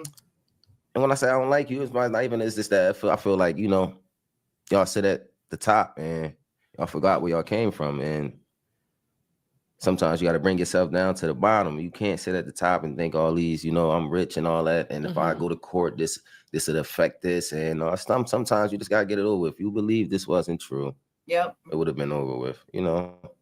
And for you to let me just sit here and after all this, my mom passed away. And I'm not saying you physically, but dragging us to court and all that, not taking care of the problem. It's just, you let it happen. So it's like, you could have got this over with. You got this far. It wasn't true. We could have, you know, I would apologize. Yeah, I apologize in front of the world. Hey, it could have been done, but obviously it's something you hide. And I just want you to say, man, have that respect. Have that respect. This is respect, more respect. I don't hate you. I don't hate nothing you doing. I don't hate your family. I don't hate Beyonce, none of them. It's just, if it's true and if you can fix the problem, fix the problem. That's all I'm asking. Because obviously these courts is not going to fix the problem. I don't know if you doing anything with them. I don't know. You know what I mean? I don't know if you slide somebody a check underneath or y'all, whatever y'all doing, but fix the problem. Because I don't want people to view me as I'm crazy or I'm chasing JayZ, this 30-year-old ass man chasing. That's not what it is. Like, I love the world. I go camping. I go fishing. I love my kids. Love life. So it's like, disrespect me. I got a lot of shit going on with my brand as far as that's about to be coming up for us. This new things we trying to try. Like, you know, I'm trying to open programs. I could take the kids out, nature stuff, do different things with them. So it's not like I'm really looking to hurt nobody or do nothing crazy. Has purpose. Yeah, my life got purpose. And I just, regardless of the case getting finished or not, this could be going on for 20 years. I'm still going to live my life. And I just hope that, you know, hope that if you watching this, man, let's get this over with. I'm not want to talk. This is the most I talk. This is the most I talk. Like, honestly, you would be the firstborn son, fully functioning son. Wow. And I just ask if anybody gonna support me and support anything we got on, support us for us. Yeah. Okay. Listen, we're gonna hold right here. We're gonna bring you back though, Yeah, but I'm gonna bring in your godmother, okay? Because Yeah. she's, been at the knee hip with your mom, and she kind of knows she's been in the paint with your mom with this. She's taken a lot of financial hits because of this. She know all the legal stuff. JayZ and stuff they have been trying to take her home. Yeah. And all of that. And so we're gonna bring in Dr. Lily. Okay. You Yep, take your wine glass here. Let me give you some more while you watch it from the control room. Winos, he'll be back. Wino, okay. And then we're gonna take some questions. I gotta too. get some of this too. I don't know what bottle. We got you. Then we're gonna get some questions from the winos as well, so they can ask you some questions too. So Okay, no problem. I told you. All right. So Dr. Lily. Okay, cool. Thank you. Okay, cool. No problem. All righty. Hey, Dr. Lily. Look, she coming here with her paperwork. She is not playing. Receipts on deck, honey. He's in here. Okay, cool. Get in the most comfortable position. Yeah. Okay. And we're going to get her some fresh. Yes. Give me that. I think he opened one of those waters. Okay. From here. Yeah. That I think, one's right. did he open both? It looked like it. This one Yeah. is open. He This opened was open both. too. Yeah, he opened them both. He didn't know which one was Yeah, it's what. fine. We'll get you some water. You don't want any wine though. No, Okay, cool. I better not said, do that. "Hell I better not do no." that. To the no. She said just water and we're good to go. Okay. All right, cool. How was that? He did excellent. Yeah. You know, when all this was going on, he was obviously very young, Yeah. and some points of it, Yeah. he didn't tell him stuff. But at the end of the day, he knows what he knows. Yeah. I've lived it with his mother. Yeah. So there's some crucial details that I do know. But at the end of the day, it's so much bigger than a baby daddy. Yeah. The baby daddy is a big part of it. But it's so much bigger Okay. because the system is just broke. Okay. Yeah. Dr. Lily, godmother, how you doing? I'm Basically best friend to his mom. Yeah. She was my goddaughter. Oh. So I met her. I was 19 and she was 11 at church. She came to my Sunday school class. Okay. And she had been separated from her parents because they had some problems with drugs and things of that nature. And me and her clung to each other. And she looked up at me and said, "Could you be my godmother?" Aw. I said, "Yes." And we were inseparable. Wow. She was 11, I was 19. So yeah, me and her went back that far from Dang. Mhm. What was she like after you guys met? Like, So the time I met her, she was 11 years old. She was very busy.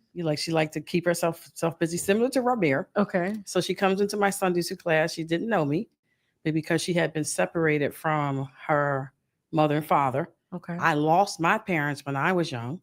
So we had something in common. So it was something like our spirits were kind of coming together. She came to the Sunday school class and she started handing out papers and helping me out and all this other kind of I stuff. don't know And if I without like me this even food or asking not. her. And it was just a thing where she needed to belong. Every time I She put needed this to glue on, I connect. don't like it. 11-year-old would need that, especially Yeah. if they don't have parents. Right. And Yeah. her aunt brought her in, but it was something about what was going on in her life at the time. Okay. And I think that God was doing a divine connection because I promise you, when she started doing this, I said, "Who is this kid?" She's handing out papers to the study school, not and being asked to do anything, helping the kids. And then she comes to me at the end and she says, "Can you be my godmother?" And I looked down at her with her little messy hair and I said, "Yes." Good What am I gonna morning. tell her no? And we were just inseparable. We locked with each other and was inseparable after that, even though she had moved away later. Yeah. But I love me some Wanda Satterwhite. wow. That was my godchild. God gave me her. We had something in common. And it was just a beautiful experience for a spiritual relationship in the church to be able to grow up together like that. But yeah, Wanda Satterwhite is a beautiful. Wow. Yeah. Wow. So did she move in with you? No. Okay. She was living with her aunt because her aunt cousin had taken her because of her parents having problems with okay. the situations in the community with drugs and things of that nature. So that was her legal guardian. But somewhere in the mix of it, her mom got her back, which happened later, which I didn't see her the time I went off to college and all that kind of stuff. So no, she didn't move with me, but we still had contact and we still did things together until she moved away with her mother. Okay. Now her mother had some problems with, drugs and things like that, but the court allowed her mother to get her back. And I don't know all the details. Yeah, it was a lot of drama. And then I didn't see her. for a long time. Okay. And then I went off to college, did all my things that you do in life. And somewhere in the mix there, God spoke to me. He never said her name. He said, find her.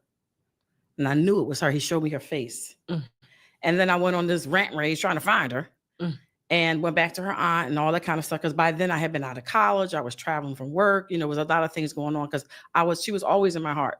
Okay. But at the end of the day, I didn't know where she was because her aunt, because of the family drama, wouldn't give me all the details. So I just kind of let that pan the way it did. But then at some point, God spoke to me and said, find her. And when I did, she had all these concerns with her son. So she had a baby. By that time, she had a child. So this was years later. Okay. Yes, okay. years later. So by that time, she had a baby and she had been in an abusive relationship, which is part of the reason why she delayed in finding Ramir's father. She knew who he was. Okay. So I don't know if you want to go into that piece, but she gave me that piece and I get it. We were very clear. We had long talks. Was it with Ramir's brother's father? Is that no? Okay. So well, Ramir's brother's father was her on and off boyfriend in high school. Okay. They were all kids under 18. And then somewhere in there, Wanda told me she had ran into what they call, his name was not JayZ back then. His name was Rock. Oh. They used all street names. And it was an area where they did a lot of dealing. Okay. So he was, because he did talk about being a drug dealer. Yeah. So he was dealing drugs at this right. time. So that's how she connected with him through a friend of her named Kenisha or Lakeisha, somebody Allen, which very known in the affidavit. The person is real. I saw her.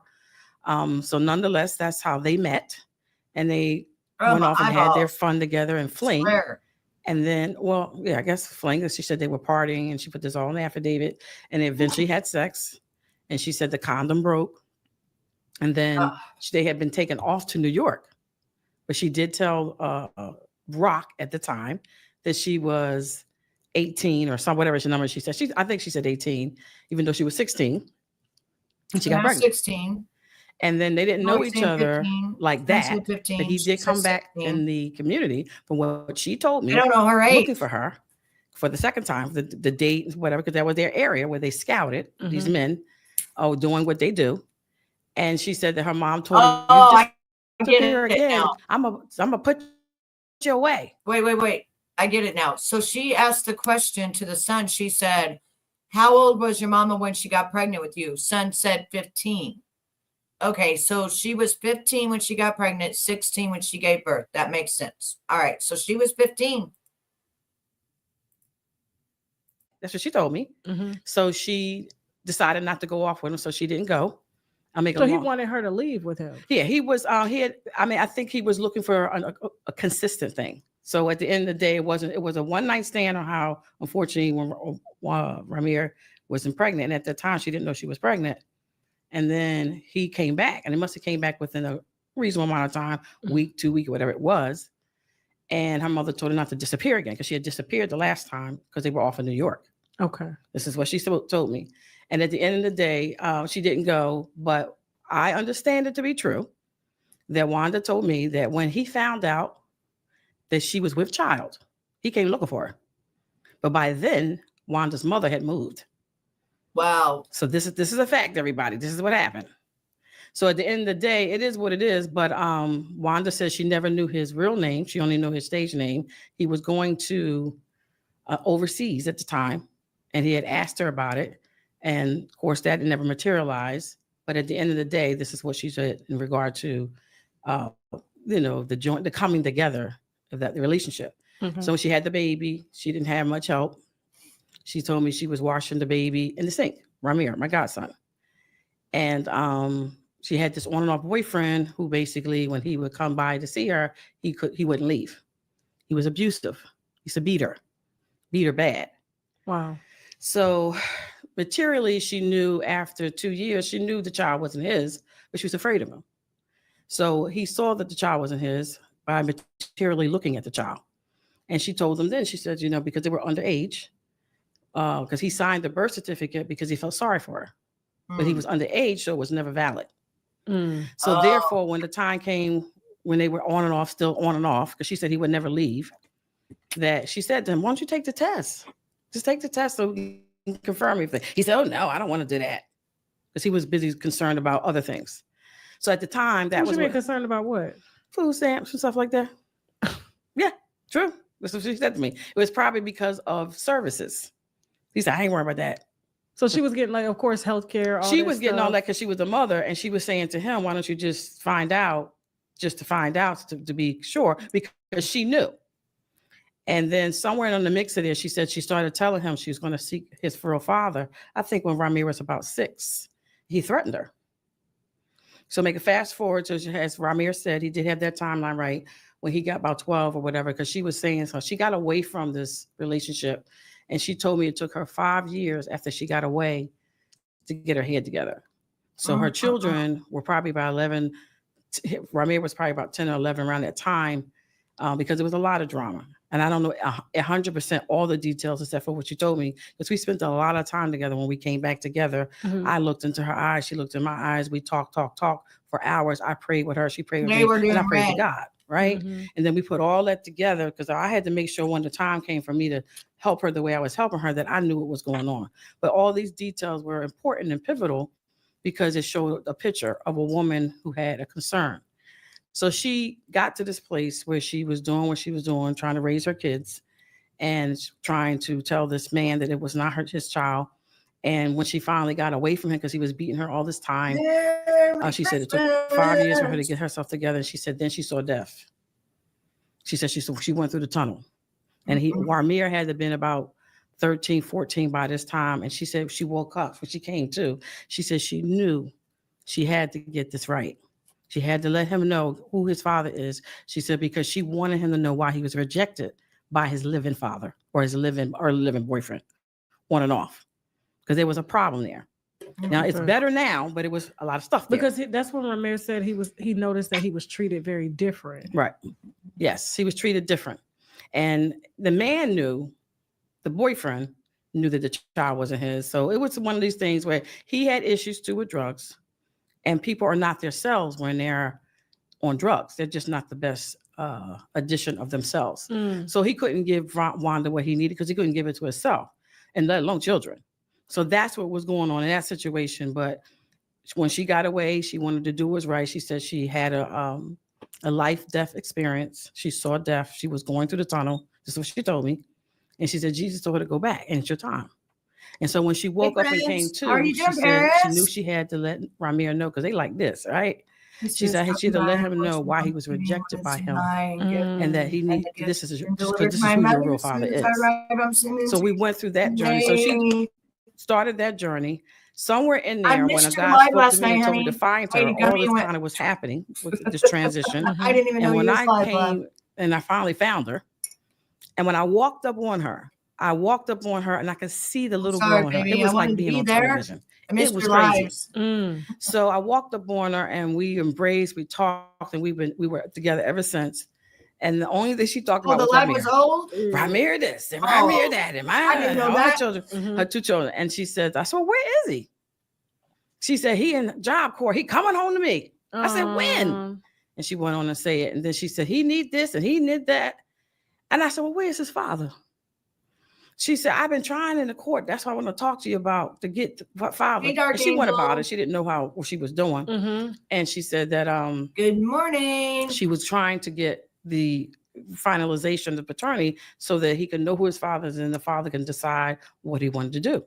Well, everybody knew this was going on because when we were doing this lawsuit, they were saying that things were happening at, with the her trying to get to him because she was writing letters. That'll be so much fun. By then she had to figure out where he was and all that kind of stuff, writing letters saying blah blah blah. I'm so excited. And the people saw it. I can't wait. But they ignored it.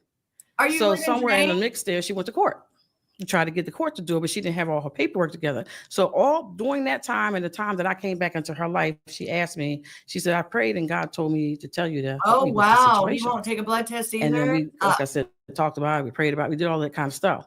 Yes. And then I went to the court in Philadelphia because I wasn't living in Philly and told the court that she wanted to do what she needed to do because she'd had some struggles with this. Thank you, parents. And they said, well, why did she take so long? We're doing and I told them that she had She was a victim of her circumstances and was a part of domestic violence, which was part of the delay.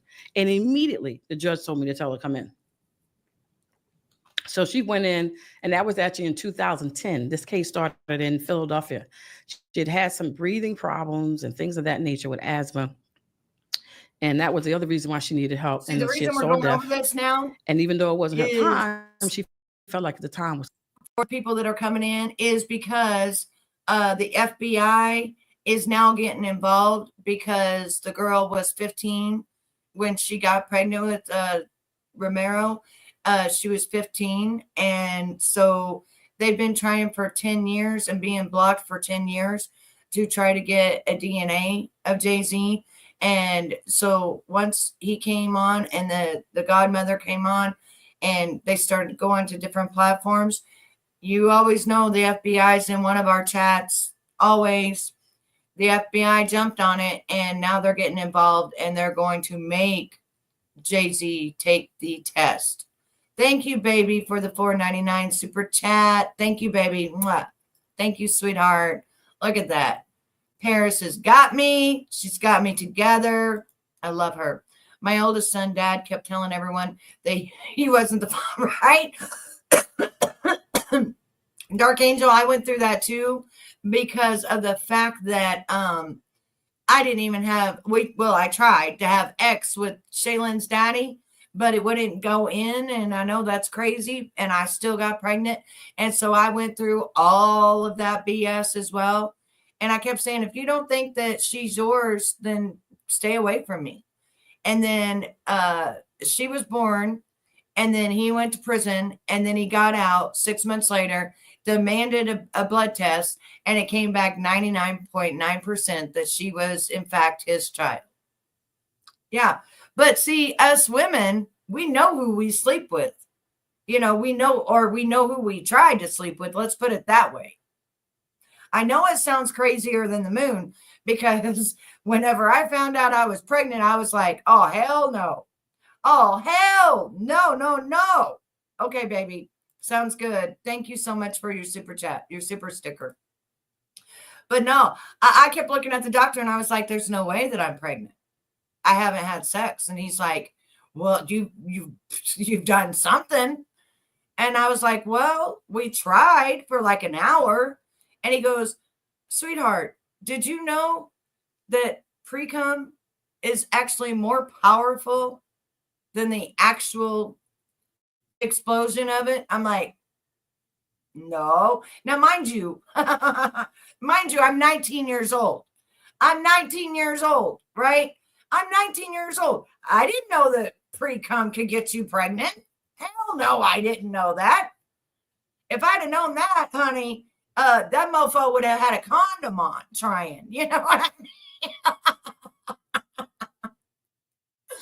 Yeah, it was funny. We had a little thing like that too, Dark Angel. So after the blood test came back, I was one of the first ones to get the blood test, and it came back and it said that Shaylin is 99.9%, I called him on the phone. I'm like, hey, did you get your paperwork? He's like, yeah. I'm like, what does it say? He says, well, it says I'm her daddy. And I said, exactly. Now, do you owe me an apology? Because he had women literally showing up at my house and stuff, trying to fight me. And I went out there to fight those bitches, pregnant and all, with cancer. I ain't kidding you. One of them I put right up against my brick wall, and I said, I will tear your head off your shoulders, bitch. Don't ever come to my house. I was a scrapper back then. And when I gave birth, I only weighed 125, honey. So my ass was lean and mean. Trust. Don't you knock on my door and say that I'm pregnant with somebody else's kid and you're some fucking hoe down the street. That ain't gonna work. And needless to say, he didn't have no more bitches coming to my house. Pregnant or not, honey, I went out there to fight that bitch. Pregnant or not. Michael Bolton Michael Bolton is a singer. That's who Michael Bolton is. He's a singer. But yeah, your girl was a scrapping girl. Trust and believe. Every time I turned around in school, I may have been popular, but if you said something to me, I'm going to whoop your ass. And guess what? I spent most of my time in there with the principal. I spent most of my time learning how a school ran opposed to being in a damn classroom. I kid you not.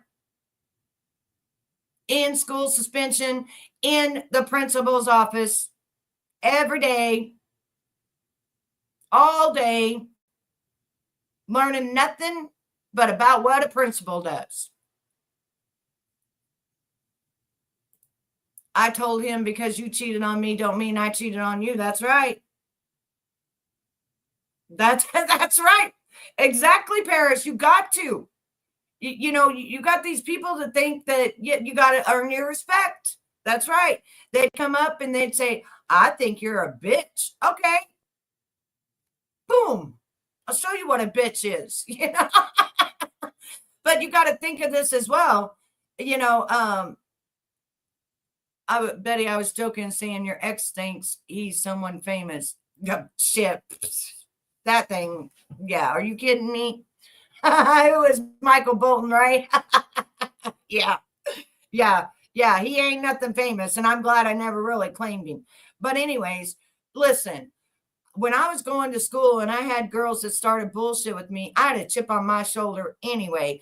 I was living as a damn slave and a sex slave at that. So I wasn't a happy child, you know. So when you came along me and you started saying shit or started doing shit, let me tell you something. I backed up exactly what I said I was going to do to you. Beat the living shit out of you, because I did it. I did it. I didn't just say it, honey. We went to flying. Fists went to flying. And that's that. And I may have been little, but dynamite comes in small packages. Let me tell you. Exactly. But you got to fight. And people don't realize this, to have your place. Just like I had to fight like hell to have my place on YouTube. It's the same thing. Sometimes you got to fight in life. And even being at my age of 49, if somebody decided they wanted to pull up, do you think my ass would stay in the house? Do you think I'd call the police? But do you think somebody would leave in an ambulance? And it wouldn't be me. Promise you. I'm just like that. I don't fuck around. It's coming. And she wanted to make sure her child was taken care of, because she knew the other child was fine. That wanted to live on her boyfriend, he would be fine. But she wanted to make sure her child was fine. And I think this was something very pivotal for her, as I look at it now, on what Ramir is going through in this whole, I call it rejection campaign. But we know it's deeper than that. There's a brand, you know, that's a part of this too, right? Mm-hmm. People's lifestyles and livelihood. We talked about it. Did you hear me discuss that? Yeah. So it's a lot of stuff that goes on with that. But at the end of the day, we never was about that. In the very beginning, they were working with me. When I had this child in 2011, because the mother's tried in 2010, I went back to the court. But then, you know, she got gravely ill. And at that point, she said, Grandma, can you just please make sure you take care of Ramir? I want you to be his guardian, blah, blah, blah. And I said, she said, promise me. And I said, okay, I just promised. He didn't have no father on record. So no, but the other son did. So it's basically like you're stepping in to be. She wanted to secure, right? She felt like that she needed to know he gonna be all right. And I had to assure her that, because see, me and her was close anyway. And by me and her coming back together, like, it was bigger than what people can see. It was a spiritual relationship. And when God brings people together, they're together. They're together. What was her reaction when she found out that, you know, Rock had made it to JayZ and he on TV? Like, right. What are the odds of that? Like, I'm looking for him. There the motherfucker is right there. There's your daddy. She saw him on TV. She started writing Rock Nation. That's when she started writing letters. Because when you look on the blogs and other places, you'll hear people talk about, yeah, I heard about that when he was 13. She was writing letters then, and she was. She told me she kept writing letters because back then it was no internet. So she was writing handwritten letters saying what she was saying, and they just got ignored. But I have to say that when I came into the picture to try to bring it together, At the time, he had Jennifer Justice, which was his attorney at Rock Nation. Okay. And she was trying to resolve the matter. And they were trying to do it. They were trying to resolve it. But they felt that because he just got married, that there was a situation with that. And they left it at that. But I knew exactly what they were saying because I was trying to do what was in the best interest of the child.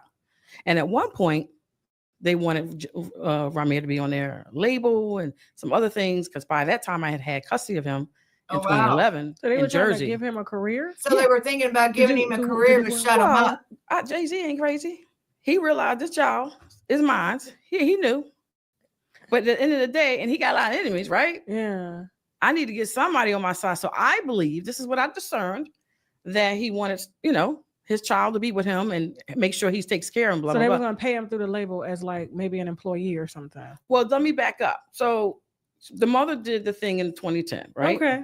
Then here comes 2011. I'm in New Jersey. I take the kid, go to the court to try to get custody. And I did get it. Okay. In that mix, he got served. That's Because I right. was trying to do the custody That's how you and do it. the college support. Don't Because by run your then he's mouth. older in New Jersey. That's what it's called, Don't right? run your Okay. mouth. So Start he gets the fighting. information and That's me. make a long story short, we start talking. I ain't got him and time to run my mouth. Talking with his in-house No. attorneys. I'm gonna beat your And we're ass. trying to resolve the matter. Like there ain't no reason. So to run in my the mouth. resolving was one of them was, I want my kid. So the way something might have got in his head and he left his heart. Because at one point he was trying to do what was in the best interest of Ramir, which was good. And I was making the decision when I got custody because the judge told me two things. He said, get the kid out of school, high school, because he was still in high school. And he said, get him health insurance. That's what I was ordered to do. And that's what I did.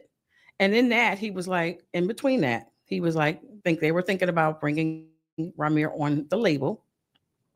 I said, no, I don't think he should go on the label now. He got to get out of high school. And I'm glad I did because Ramir felt that this might not have been to his advantage, but this is what was going on then. So when we were in Jersey, that took place. So here, the mother's gravely ill. I'm taking care of the kid. We're doing what we got to do. And then that was 2011. So then in 2012, I had to go back to Philadelphia to get the paternity stuff transferred to New Jersey because there was a little paperwork blips. And that's when the drama came. That's when Mr. Carter's attorneys comes into court in 2012 and say, hey, you can't ask me to do no college support and nothing. Because he ain't got no contacts with the state of New Jersey. No properties, no nothing. Well, we knew that was wrong. And at the time I had an attorney. My attorney took the things that this other attorney said and relied upon it, which were lies.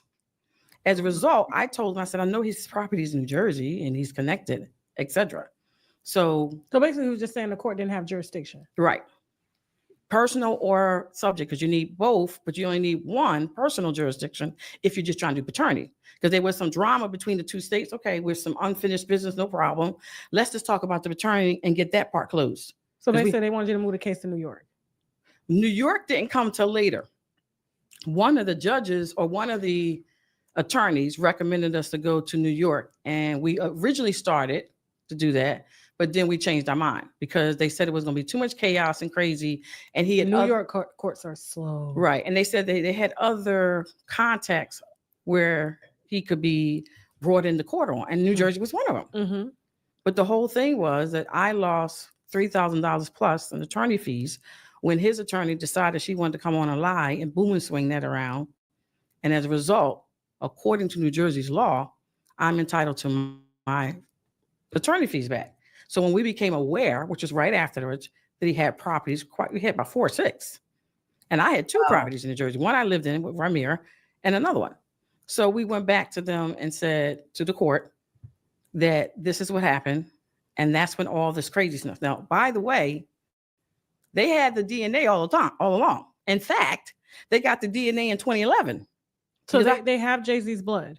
No, Ramir's. Okay. They don't do the blood, right? New Jersey just do the swab. Right. And so they say, no problem. If you don't believe you the father, go down the hall. And if you don't go, in the state of New Jersey, you're presumed the father. So technically, he's not alleged. He is presumed the father of Ramir Satterwhite. So I went to Ramir a long time ago. I said, it's up to you. I said, I want you to pray about this. I want you to feel it in your gut. And I want you to talk to God. I said, if it's something you want to do, we're going to support it fully. So at any rate, make a long story short with that, the law says in New Jersey that if somebody does not cooperate in a paternity test, they are presumed the parent. A lot of states, And they have to prove they're not. Right. And you can walk around telling the whole world, that's my daddy. You got And then that the right, only way you're Archangel. not going to be the daddy has to prove. So I You get got that there's a right. problem here. You're talking about black community. You're talking about some black judge. You're talking about a black man. You talk about a black boy.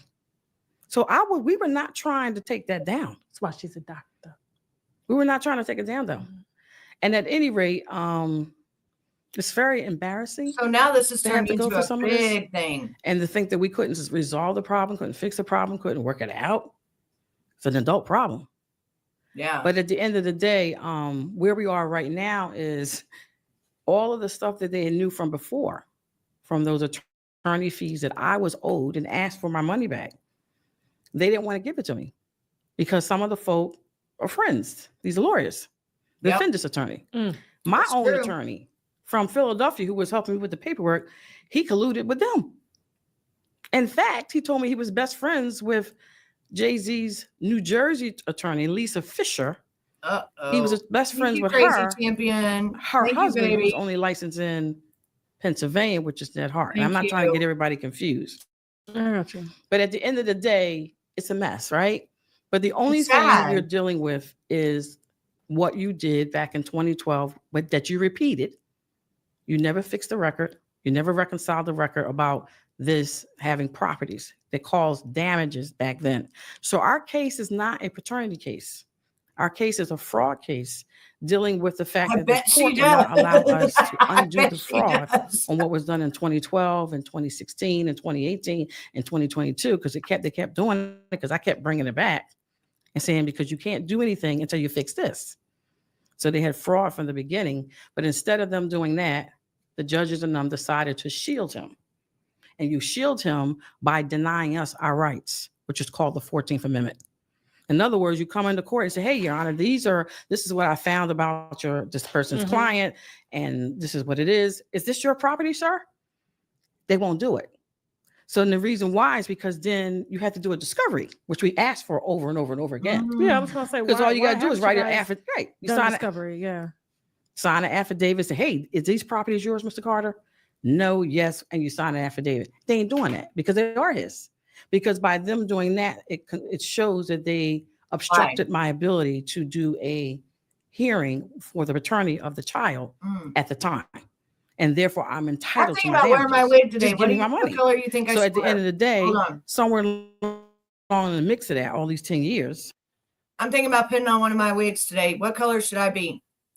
Should I be blonde? Should I be red? Should I be white? Should I be brown with blonde streaks? What should I be today? I'm thinking about putting one of my wigs on. I got every damn color. Think about it and tell me what you think I should be today. a black judge, he says, okay, they want to do that for nigga. I'll give you back what you want. But he basically said he wanted a piece. And the way he said it I'm was, trying to think of what I what are want you to gonna do. pay me? His name was Judge Charles George. Who he asked for money from? For me, right there on record. This is in family court. So at the end of the day, you Ron, have all this that's what I was craziness thinking. going. You know, family court is like a kangaroo I'll be right court. back. Oh my God. So you Brought my have this blunt with. joke going on. So they tried to use the fact that they owed me money to flip it and say, no, you owe us money. Let's put the wine down for a second because at times like this, we need to take a shot of the olive leaf extract because the olive leaf boosts our immune system and has been known to reverse high blood pressure, lupus, diabetes, and certain cancers. Check them out at myoliveleaf.biz to learn more and to order or simply click the link below in the description box. Now back to the wine. Paris, Yes. you released a video of you and Dewan Blair in the bed. Angel Love from Basketball Wives, Baby Daddy. This was my husband. Mhm. This was going to be my husband. You would have still had me just like he had her. But you crossed the line with All right. I got to pick out which one I'm using. Yeah, you're gonna say when? It's not illegal. So we've got And I this had one. attorneys throughout this time. I had the one Oh, we attorney got who this one. colluded with them. Then I had another attorney Which that one? died. But at the end of the Right? day, it all falls back Left. to the fraud and the fraud upon the court. So what do you have here? What It's is more of a this? So this silver. is what you have when judges and attorneys, or should I say judges, allow attorneys to be unchecked. One. They wanted to two. make this case go away so bad that they wanted to put an illegal lien on my I gotta property find- without me even knowing about it. Also, my thing that I put on. So they want me to pay for illegal attorney fees that for an action that never occurred, for a gag order that don't exist, because you want to make it up because we too stupid to read. And the court allowed it because they're doing the cover up. The second So one. therefore one? with between all So the basically, they're saying that they put a gag order on you. All right, give me Yeah, but one where is second. it? I gotta That's what I'm find saying. my They're little saying thing that. I Right. put When you on. have a gag order, you have to sign it. you like, have to yeah, you got to Right. know what it is. saying that you're not allowed to talk to media and stuff like that. So they went ahead and enforced this gag order, fined you, penalized you for it, and then when you didn't pay, they placed liens on your property to try to take your house. Correct. And it's two JayZ's attorney. correct. It's two forms though. It's two forms. You had the family court that started it, right? And then And when this was $8,000. was more than that. How much? I think it was 15 for one for civil law, and then the other one was 8, but there were a total of 3. And So these, JayZ put liens on your properties. He was going to take your house for a total of, let's just say, $25,000 to $30,000 that you owed him in legal fees that you didn't know anything about. right, because we didn't owe them nothing. What happens is it was in the family court, right? Then I went to civil law to get my money back.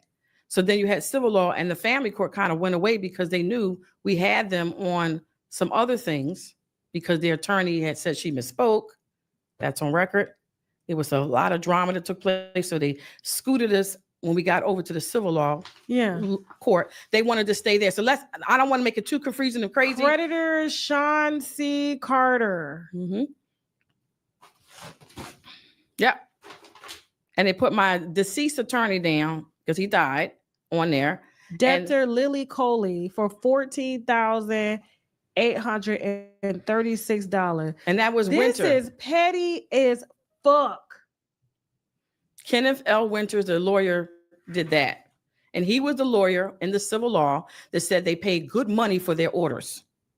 He wanted me to know that they paid good money for their orders. So basically, JayZ was trying to take your house from you. He was trying to take my house or when I put it on sale, when I put it on sale in December 23. And that's this is 8/2/2022. So I know 2 years ago. right. But at the end of the day, I didn't know it. A year and a half ago. I was never even served those papers that were supposed to be served me a second time from the Trenton office in New Jersey. Right. I didn't find out about these until I went to sell my property. I go sell the property. They said there's 3 judgments out there. And we fighting over that now. But don't you know they paid so for? I see now. They took extra money I and see paid now it why to these it's such a attorneys. big I said, deal. well, why did you do 4 instead of 3? Calculation of the amount due. And Okay, so I see now why there's a problem here, because all the fees that she's been out and how he's lied and causing her so much heartache and stuff, than just they're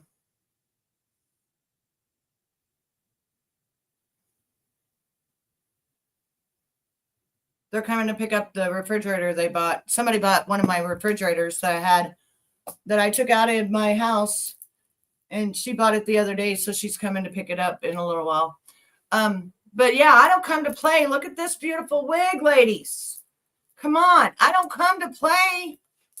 I don't come to play. I come for real life. Look at this. This is a beauty. I love this one. This one is my beautiful one.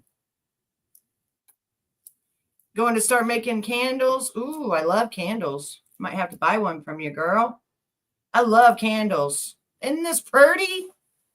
Yes, we did not come to play today. That's right. We did not come to play today. Isn't it weird?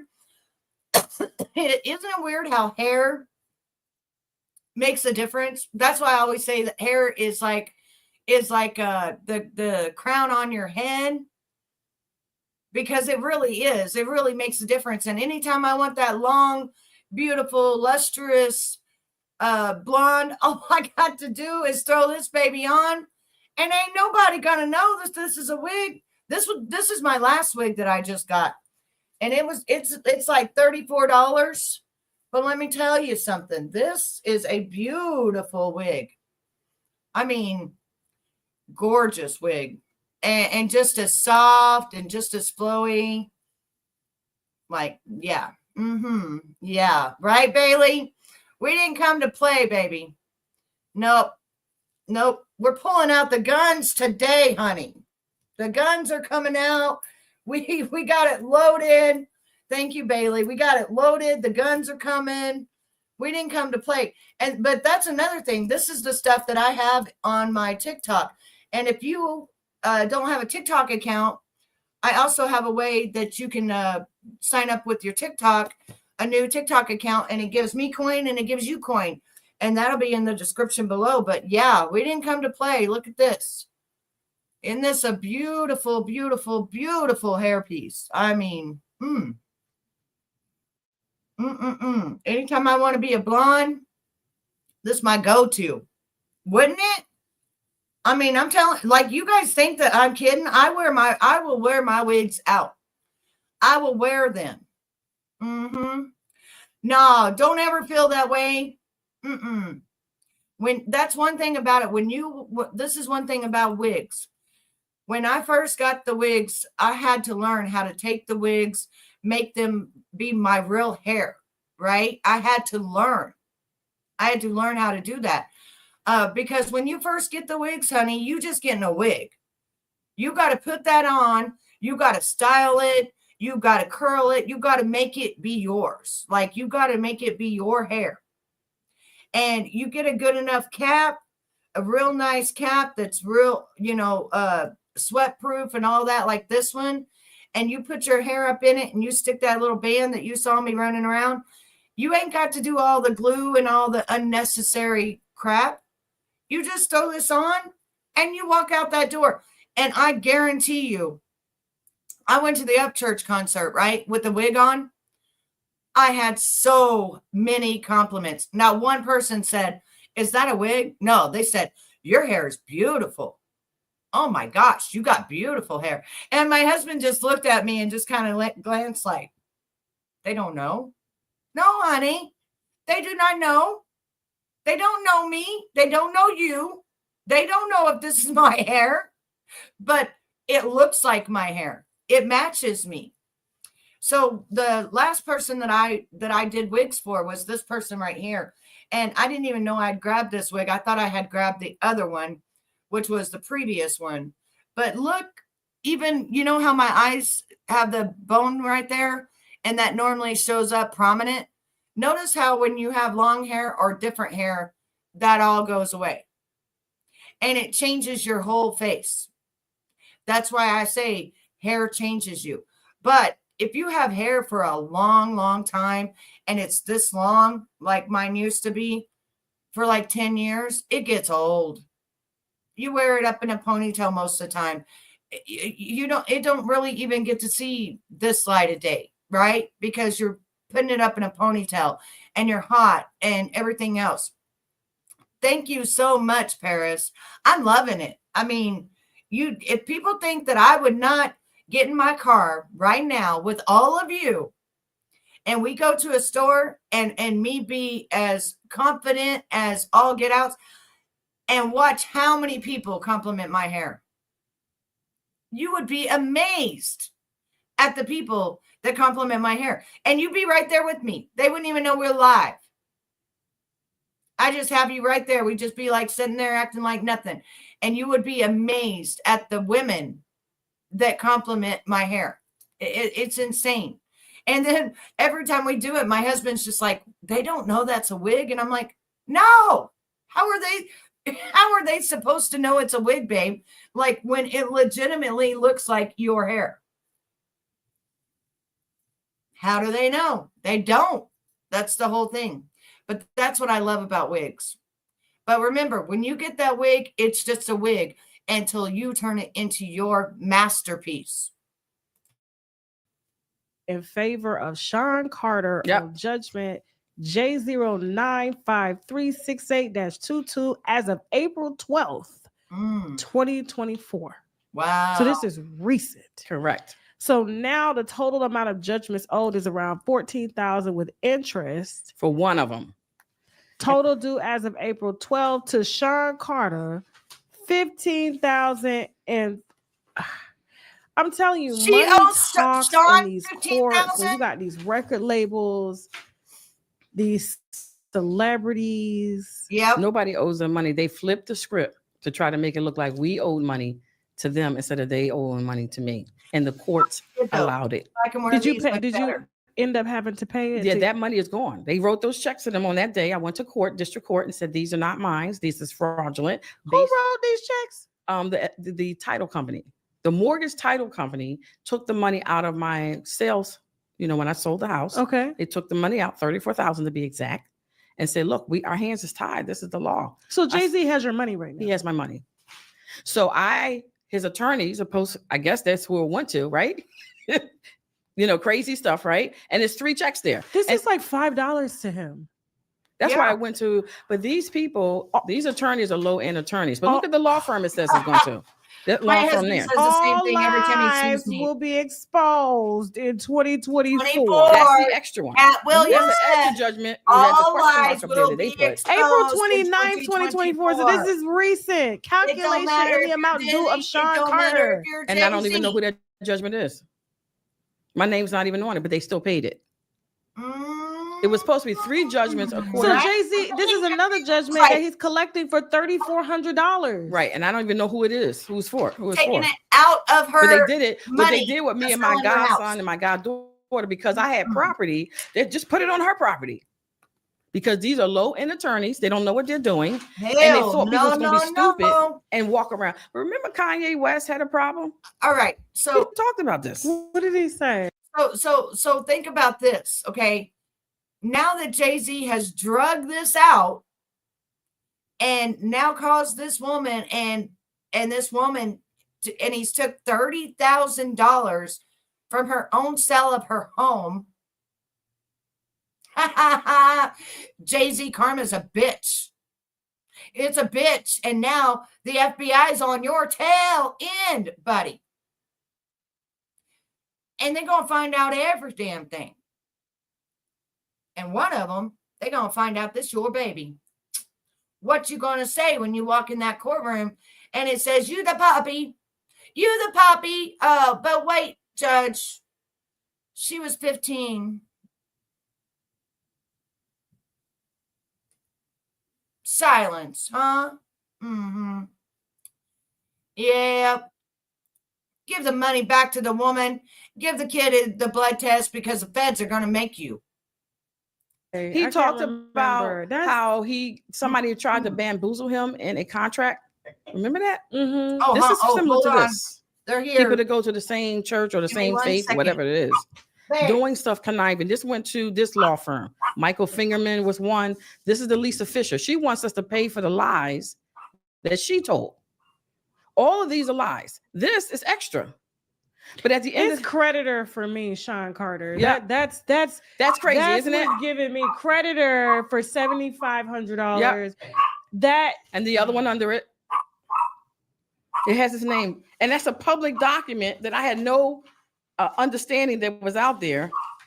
When they did a search on my name, they came back to me and said, "Is this your name?" and the fact that he took the money and cashed the checks. Here, Victoria. I'm highly disappointed because not only that, there's a child, there's an adult now that's just asking for paternity, like legitimacy.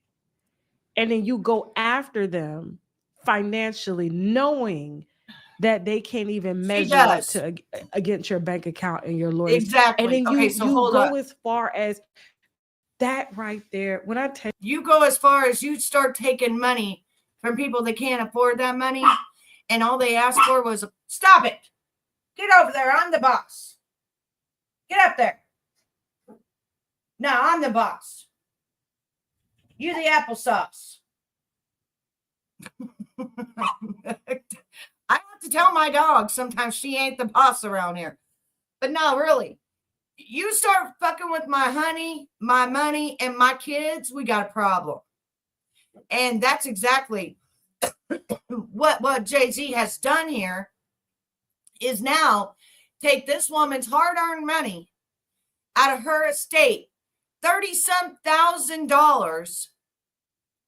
but dodging a DNA test, saying that he didn't own property in New Jersey.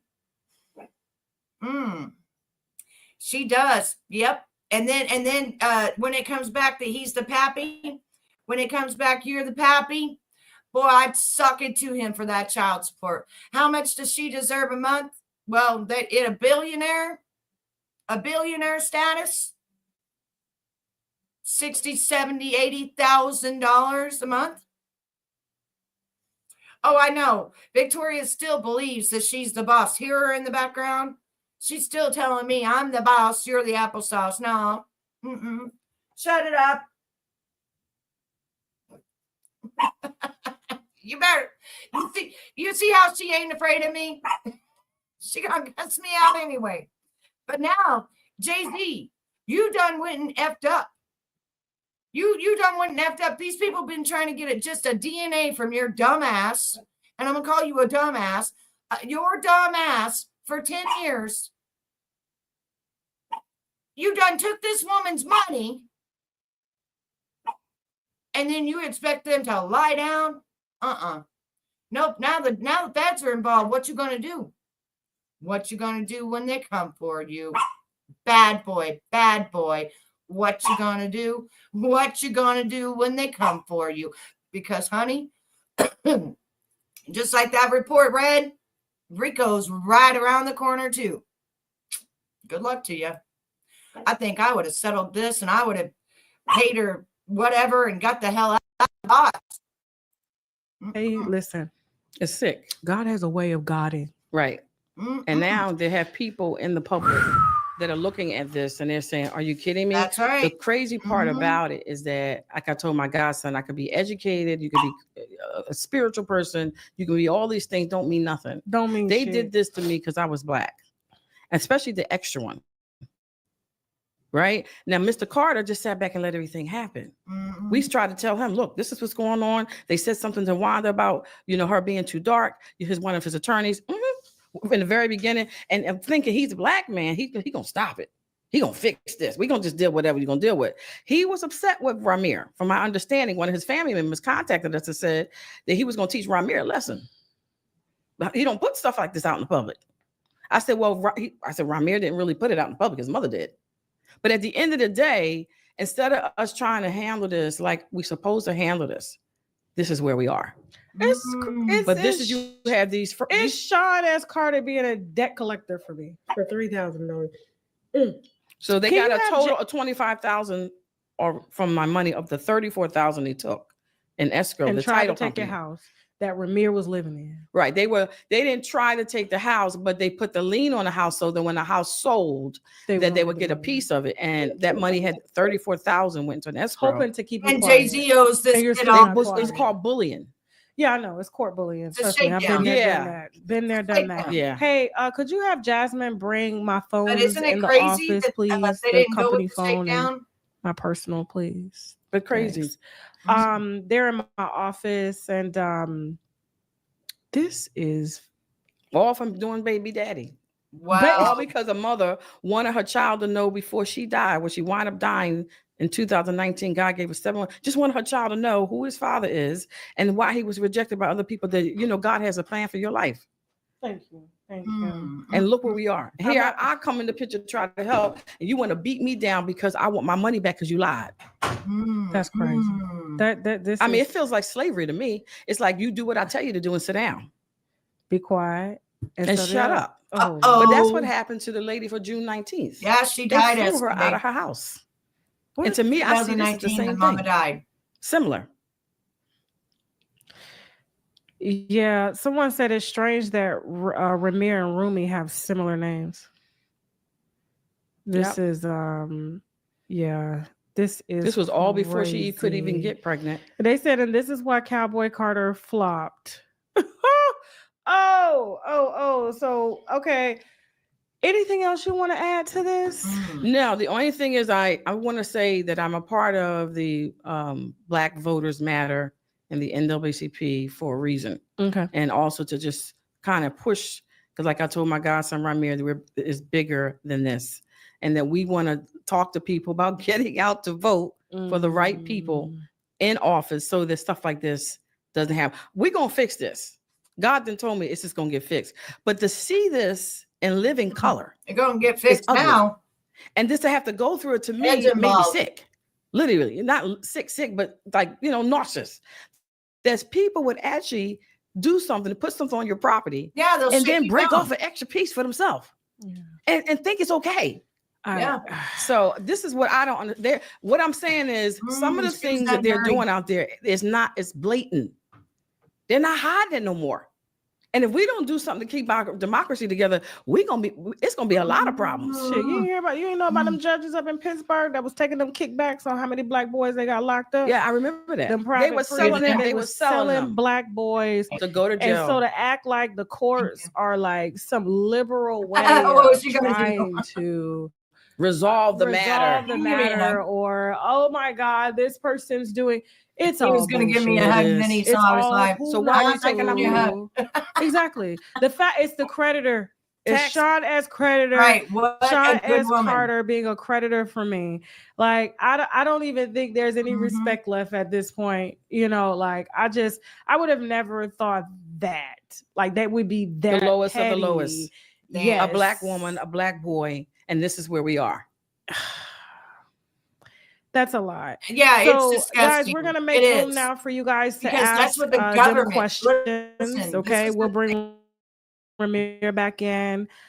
The government is the one that started telling everybody back in the 1950s and stuff not to like, different colors and different races and have different bathrooms and all this. Don't listen to what the government says. Did you know we're all the same color as wheat? Go look up the color of wheat and go find your color, and you are up there. I promise you. There is nobody. I know that people say that they call them black or whatever. There is no such thing as black. There's not. Her wall is black, but the people are not. But that is what the government imposed, right? That's what the government imposed. But if you go look at the color of wheat, go look at the 1800s or something like that. Yeah, I may be wrong on mine. But go look at the color of wheat and go find your color. Because for some odd reason, every one of us is the color of wheat. Let me show you. I didn't know this. I was on TikTok one day and somebody had brought it up and said, wow, that's weird. Every one of us is the color of wheat. I kid you not. Watch this.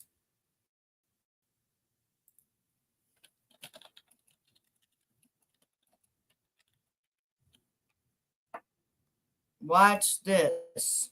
We're going to learn something today, baby. We're going to learn something today. And did you know that this is also what the makeup industry uses to make foundation? Did you know that?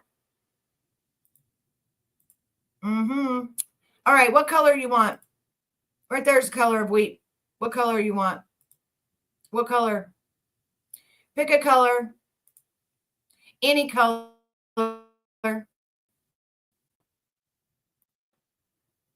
What color you want to be?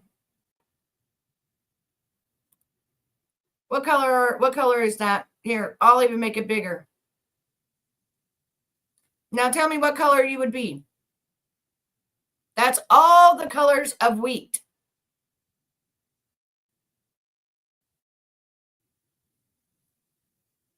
Yeah, I live in the South. Yeah, and that's what they do. But this is all the colors of wheat. And did you know every time they make a foundation, they go by what? The color of wheat. So crazy would be brown. Crazy would be this color right here. And I would be this color right here. As far as my foundation goes. But look at that wheat tones color palette. I like to fell off my chair when I found out that we are all the color of wheat. So I think that it's a disgrace when people say African American people are black. I think it's a disgrace. Because I don't see black on this chart.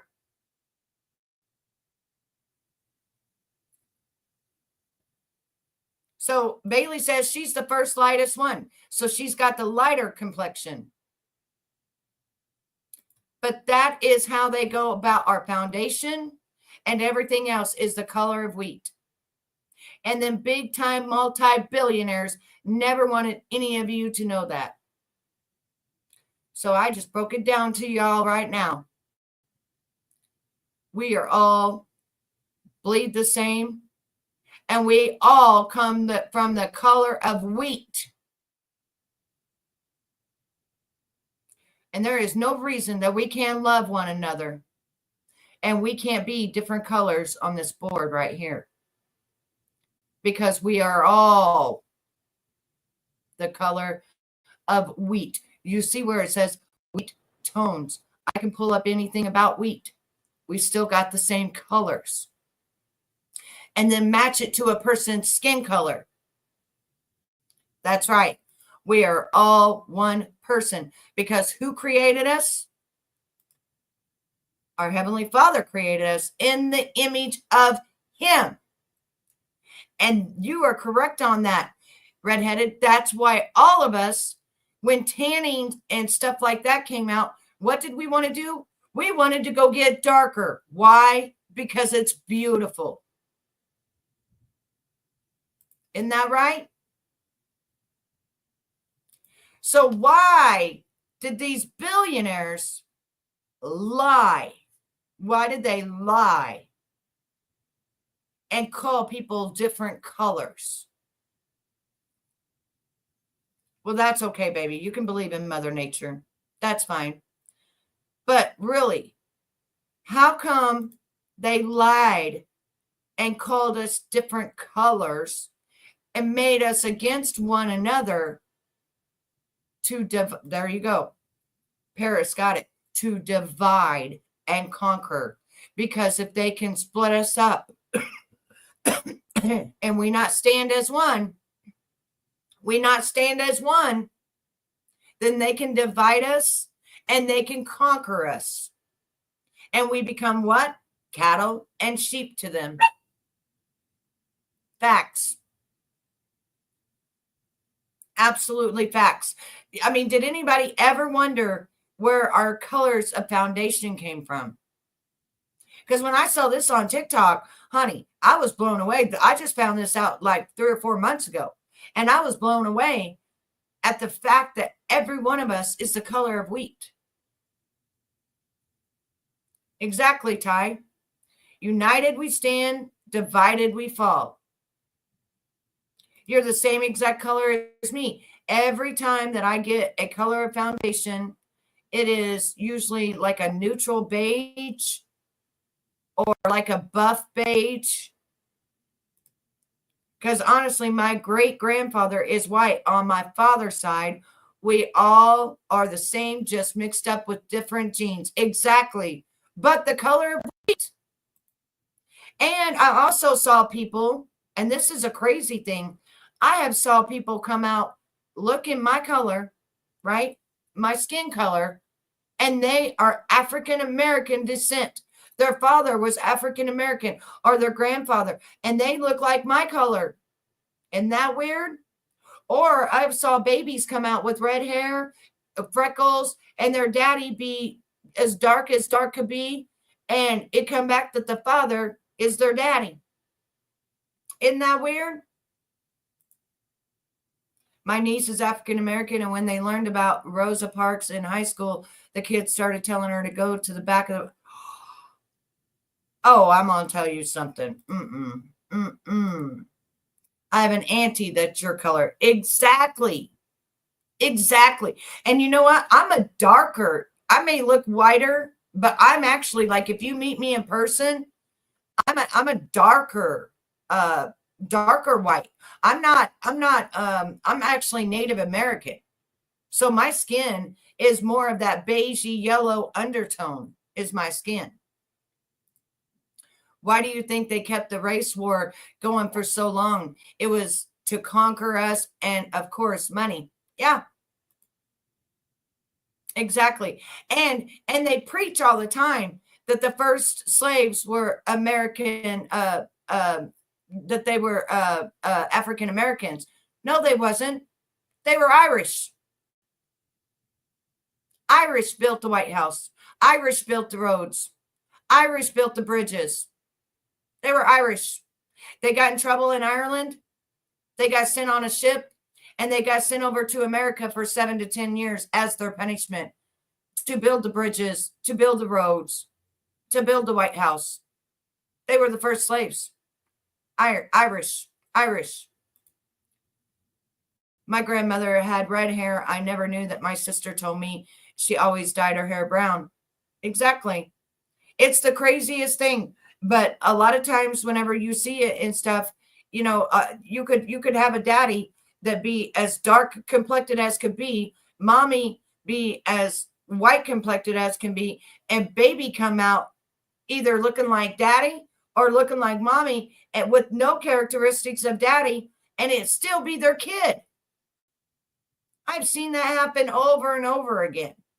I've seen one darker guy want to divorce his wife because the baby came out looking like the wife, and when they got the paternity test, it was his baby. And he kept bowing down and saying how sorry he was. I don't know nothing about that. I never heard no Chinese slaves first, ever. Never heard about no Chinese coming over here. Never heard of nobody putting nobody on, no Chinese on no ships. I never heard nothing about no Chinese. I didn't know the Chinese built the railroads. I know my great-great-great-great-grandfather invented the railroads, but I didn't know that. Let me look it up.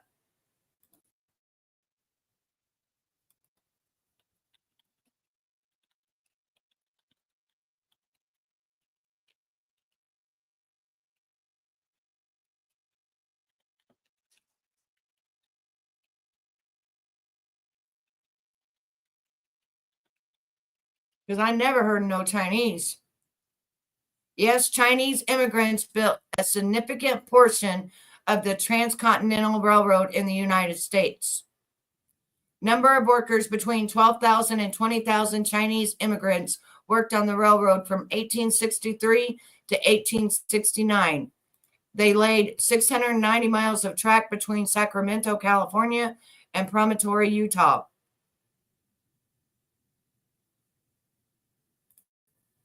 There it be. See, we learn something new on this channel every single day. And let me make it bigger for you. Right there.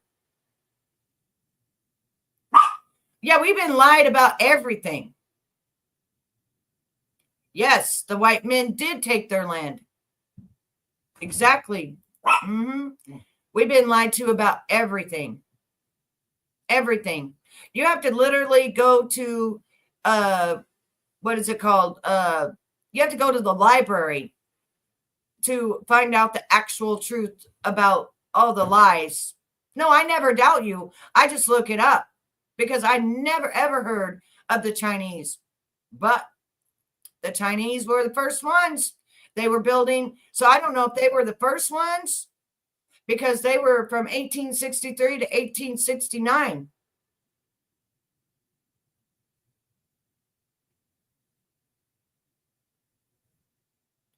So I don't know if it was the Irish that came over first, Chinese came over, and then the African American. I don't know. Forgotten by society. How Chinese migrants built the transcontinental railroad. Hall of Honor inductee, the Chinese railroad workers. That's at the U.S. Department of Labor.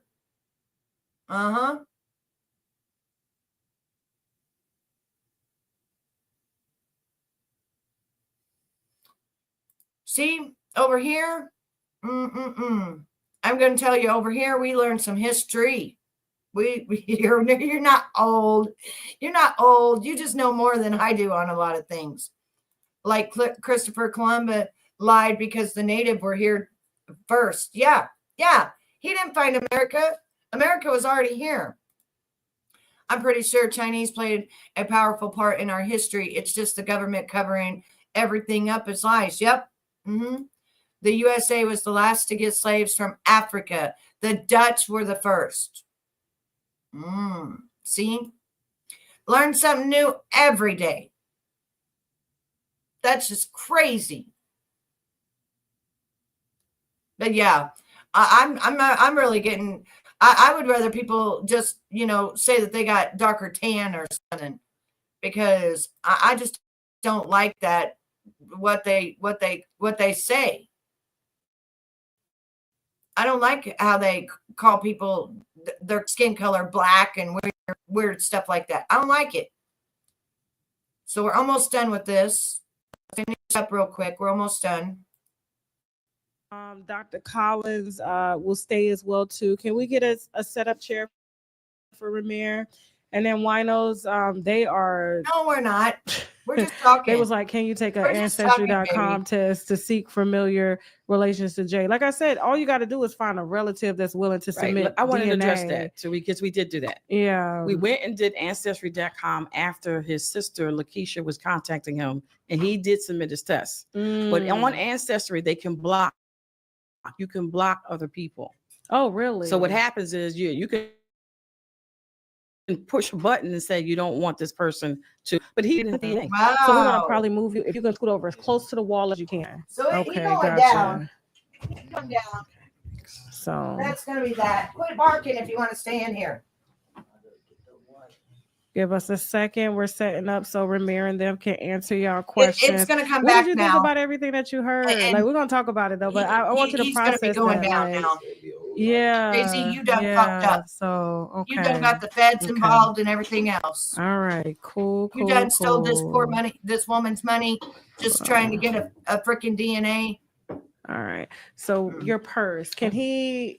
We don't like setting purses on the floor. They said it's bad luck. I know. We can do an exception though. You can put it there. We'll put it right there on that white table. They say you'll lose money. Broke. You know what I'm saying? I don't like to set my purse on the floor either. Okay. Because my purse costs too much. Okay. Thank you. He gonna switch the lens, guys. Give us just a second. Yeah. Okay. Give us just a second. Matter of fact. All right. Juju, wait, wasn't it not too long ago? Hold on. Wasn't it not too long ago that somebody said that Putin had what Jesus really looked like, and that Jesus was actually like a darker man? Isn't that what Putin said? Isn't that what Putin said? Didn't he say? No, you didn't mess up, baby. I hate that they are trying to change history, taking down statues, destroying things to show our history, good or bad. It's our history, and we need to remember it. Yeah. No, you didn't mess up, baby. Why you thought you messed up? You didn't mess up, baby. But yeah, I think that it was Putin that said that he had a picture of Jesus, and then when he opened it, that he was not of white descent, that he was not. But people don't want to say that. Hang on, let me see if I can find that, because I want to show you that I'm not lying. I try to bring receipts when I talk about stuff like this, but I think it was Putin that found it. Let me see. And I'm not going to lie, because when I went to heaven, all I saw was light. I didn't see no color except the sunshine. That's it. How do you spell Putin? P-T-I-O. Okay, I-N. Putin say that Jesus was not white. I remember this coming out. Was Jesus a man of color? Why is this question matter more? Putin did not discuss a black Jesus in a major speech. How Russia opens its vaults to reveal black biblical. This is somebody from a YouTube channel, though. I don't know if I can trust it. I don't know.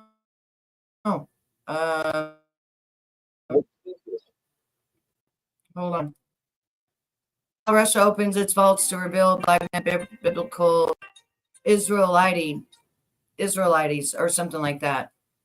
That was 8 months ago. That was about the time that it came out, but there's another one. AP says stained glass window shows Jesus Christ with dark skin. A nearly 150-year-old stained glass church window that depicts a dark-skinned Jesus Christ interacting with women in New Testament scenes has stirred up. Now, Russia acknowledges Jesus as a black man. Let's see what this is.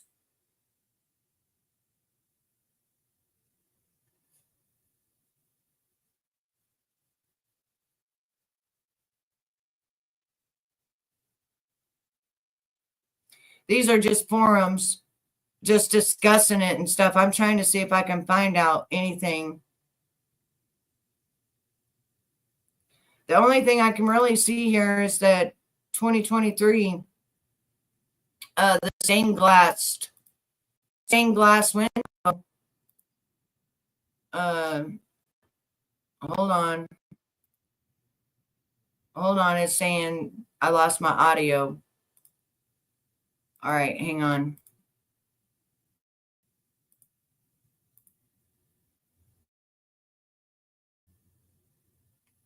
All right, stained glass window depictions of a darker Jesus right there.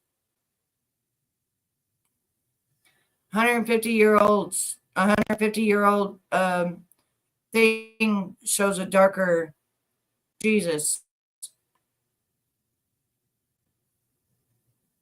1878 is the oldest known public example of stained glass on which Christ is depicted as a person of color that one expert has seen. The window is unique and highly unusual. A professor humanities emerita at the College of Holy Cross in Worcester, Massachusetts, and an expert on history stained glass art. I have never seen this in this iconography for that time. The 12-foot tall, 5-foot wide window depicts two biblical passages in which women, also with dark skin, appear as equals to Christ. One shows Christ in a conversation with Martha and Mary, the sisters of Lazarus, from the Gospel of Luke. The other shows Christ speaking to Samaritan woman at the well from Gospel of John. And right there's the picture. And it definitely looks like a darker descent. The darker color of wheat. Let's see if we can make it bigger here. Right there. Hey, Margaret, how are you, honey? Yeah. Exactly. Right? Exactly.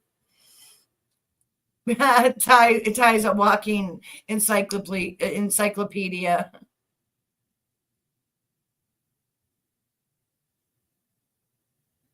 Yes, that's why he's starting. Yeah, that's why he's doing that. Mm-hmm. Our statues will be there and never touched again. Well, we hope not. But yeah, we're just learning some history, Margaret. We're just learning some history that everybody is the color of wheat. and that Jesus may have been of even a darker descent, that he wasn't even probably of a white man descent, like they're depicting or telling us or lying to us or whatever they do. And we're also learning of the stuff that allegedly JC's son has went through, and why the FBI is now involved in JayZ getting a blood test. But you just never know. Like, we just want people to be able to freely say what they want to say. A lot of times, like with YouTube, you know, we used to put interviews on YouTube first, but when I tell you, they be striking, taken down. So now we do everything here through TashaKLive.com, and then once it's clear, we can go ahead and start disseminating it everywhere else. And so this is one of those interviews that's got to go out, because it's him being a creditor and really trying to, you know, financially drain y'all and not give a shit after he offered you a damn job at Rock Nation. I said at the beginning, it seemed like it was cool. You know, I was young, and it just seemed like everything was going to get taken care of. But until somebody got in his ear. That's what Somebody got in his ear. And I wouldn't. He doesn't strike me like as. And I mean, the truth is the truth. Like, I didn't know Jay was weak like that. The way he speaks. I don't know why. You know.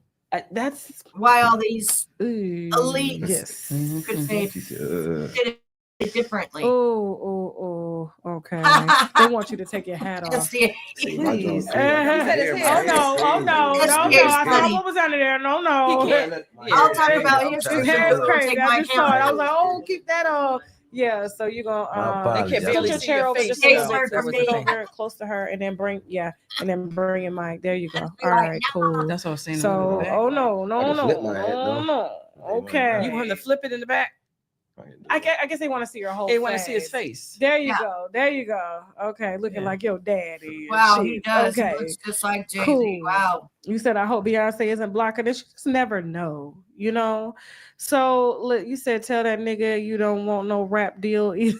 Right. All right, guys. So we're going to turn this over to the winos. I'm going to go ahead and start letting them put questions in the chat for you guys. But Ramir, what did you think when you heard, because a lot of these details, are you hearing for the first time? Yeah, like most of them, you know, Godmama always keep me, you know, she tells me, but you know, I'm not a lawyer or none of that. So I kind of just, you know, I listen to make sure I know what's going on. But he looks like JayZ. He's just a better looking guy. It's already so much I got going on. It's I just crazy. try to stay focused with the positive stuff and not something that's gonna have me tied up in my head. It's a shame that you, like, the way you're going, you could run a nice little nonprofit for your dad, and you know, like his daddy ain't like that. What he say? Nobody wins when the family when the family's at odds or something. I forgot this little saying. When the family fights, family feuds, that's his thing. And now the family are feuding. And he said, did y'all bring the affidavit?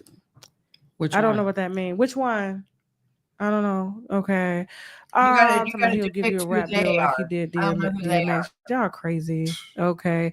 Hold on for a second. No, so JayZ has not taken the test, but in New Jersey, as Dr. Lily was saying, they presume you the father. If you refute, basically you have to prove that you're not the father. Correct. So Ramir submitted his test. JayZ got away with not submitting a test, and that's how they figured out how to put gag orders on you, basically turn it around on you, saying that you're ruining his brand and you're not supposed to be talking about the case, and basically making it about something that's not important. So they flipped it. It's not even about the paternity. It's about the fraud to prevent the paternity. They said, did you contact your sister in Baltimore? Which is they talking about Lakeisha? Yeah, Diddy's I did try to contact Lakeisha. That's the only one I've been, you know. We gotta get Lakeisha in here. Yeah, I ain't talked to her. She contacted him. Oh, I got new news. Hold on. I forgot to tell you before she came out with her stuff. I forgot to tell you. I don't know if you all have seen it or not, but hold on. Last night, I guess when I went to bed, I guess Diddy had filed a motion or something with his attorneys to stop the appeal of trying to get out of jail.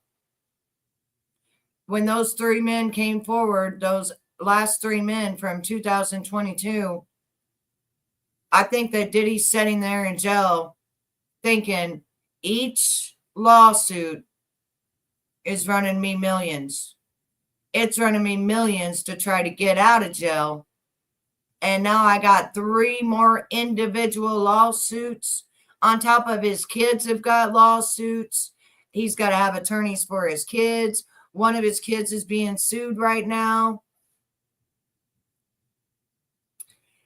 So the next thing for Diddy to do, where are you going? That's true. I thought he wasn't going. I'm going. Okay. Have a great time. I love you. He's going to a Christmas floating thing in the rain. I'm not going in the rain. No, thank you. I don't want to watch it in the rain. I don't know if it's disrespectful or not. I don't know what is respectful at this moment, because you could talk the way that they talk and then you be disrespectful. So I can't tell you whether it's disrespectful or not, because I really don't know. It's all up to the individual person. But anyways, back to Diddy. I wanted to say that somehow, some way, I guess he filed a motion to stop trying to get out of jail.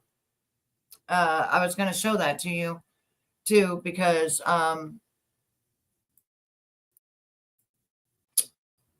I don't know what made him decide not to do that, because he'd been fighting so hard to get out of jail. Oh, wait. I have Walmart. Don't be taking my card. Hey. What are you taking my card for? Hold on.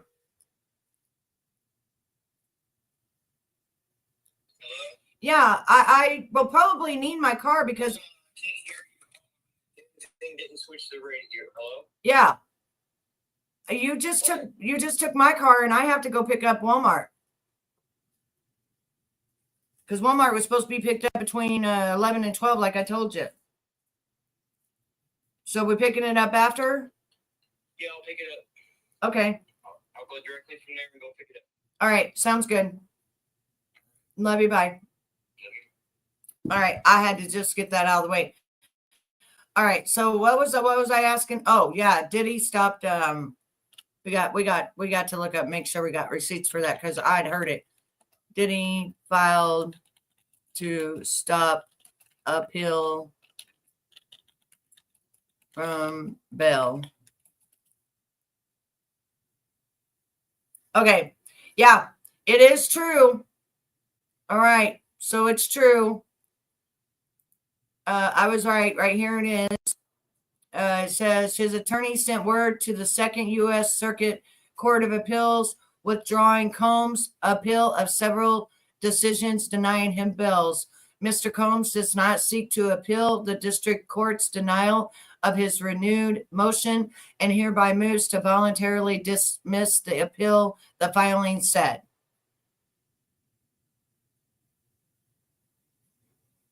So, what does everyone have to say about that? What do you think is going on?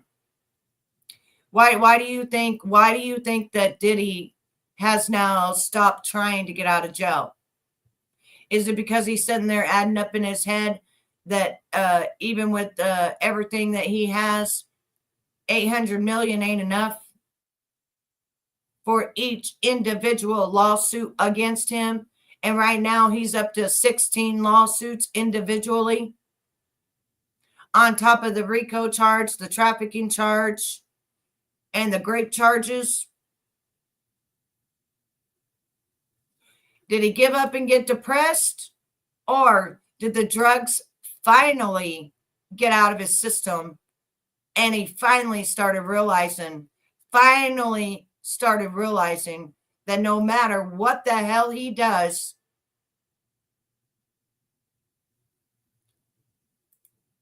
he's going to get it. Either way you shake it down, he's going to get it. So by the time he gets done, he ain't going to have a dollar to his name. I'm telling you right now, just a defamation lawsuit alone is 10 grand. If you wanted to go file a defamation lawsuit that takes years upon years, you file 10 grand and then you file 2 grand a month. So you take each individual case and the appeal cases that he's already paid his attorneys. And you look up how much money that is on top of his 2 boys being in trouble as well. And they got to have attorneys.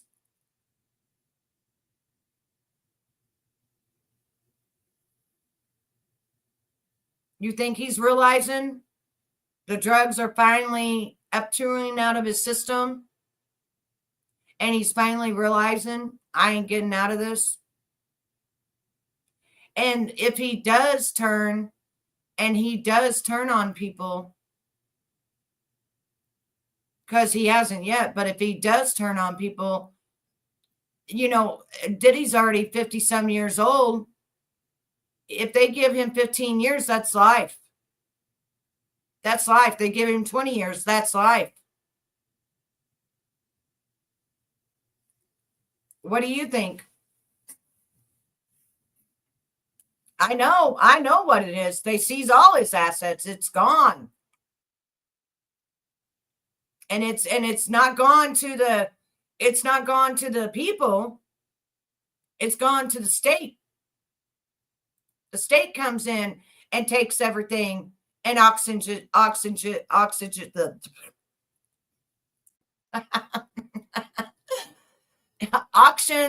off. I think he's real close. 3 months in there, hasn't been able to get his hands on the K, hasn't been able to get his hands on the Tutti Frutti. And I think he's sober. He doesn't. He absolutely loves immigrants. He just says, come over legally, just like we do. Look at all the people that are going to classes every night so that they can be a legal citizen. And then you got people crossing the border and coming over here and getting benefits and shit. Benefits that us Americans don't even get. We don't get housing. We don't get $19,000 a month. We don't get $10,000 a month for food. He ain't racist. I don't know why people say he's racist. He's got a black woman that lives in the towers, been living there for free for 15 years. What do you mean he's racist? Where is he racist?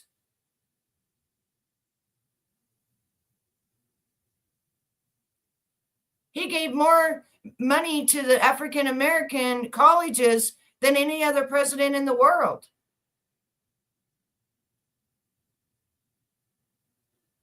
I don't know what you mean by he's racist. Racist of what? Go look up how much money when he was president that he gave to the African American colleges. You might have forgot the name. I don't know, because it ain't Donald Trump. I know people called him racist, but there ain't a racist bone in his body. Like I said, he gave more money to the African American colleges than any other president in history. It's just when he became president, the deep state didn't like it. And so they took all their arsenal after him, and they tried everything to put false dossiers on him and false Russia shit on him that cost our American dollars millions and millions and millions of dollars, just to prove that it was false. It was all false. It was all the other people that did the bad stuff. Yeah, more. Trump has done more for blacks than their own people. That's right. And that one that lives in his Trump Towers, she's been there for 15 years. He's never charged her a dime. She gets free food, free housing, gets her laundry done, everything that everybody else gets done at Trump Towers. He saw her in there one day.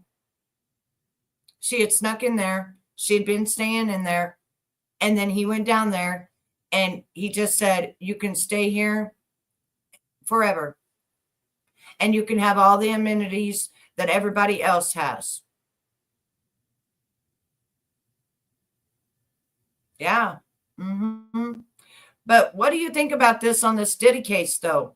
What do you think? Do you think Diddy's finally starting to realize The 13 lawsuits, his kids having lawsuits, his other kid being just got sued on another lawsuit of not paying that car for $190,000.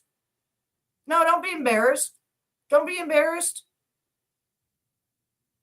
Trump flew his plane to Africa to get Nelson Mandela and his people to bring him here. That's true. Yep. And when he brought him over, what did they do? They treated Trump like shit. That's right. And not only the other people, there was another group of kids that went over there doing the same damn thing.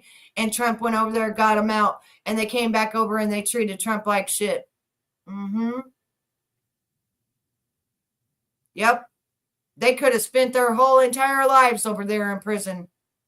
Trump's the one that got them out and brought them back over here. But you don't hear about that. They're not going to talk about that.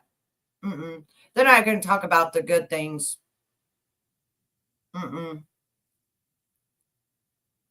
Yeah.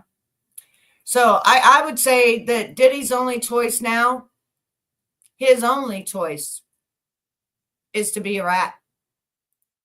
That's what I would say. I would say that's his only choice at this point. Because they don't, it's not really Diddy. They want higher. They want higher than Diddy. They want the people that brought him into the human trafficking. Yeah, we ain't even talking about that lawsuit, honey. We're not even talking about that lawsuit. I don't know. I don't even know if that lawsuit is real. We're not even talking about that. We're talking about Diddy, and we're talking about JayZ, JayZ's alleged son. That's what we're talking about. No, he ain't getting out.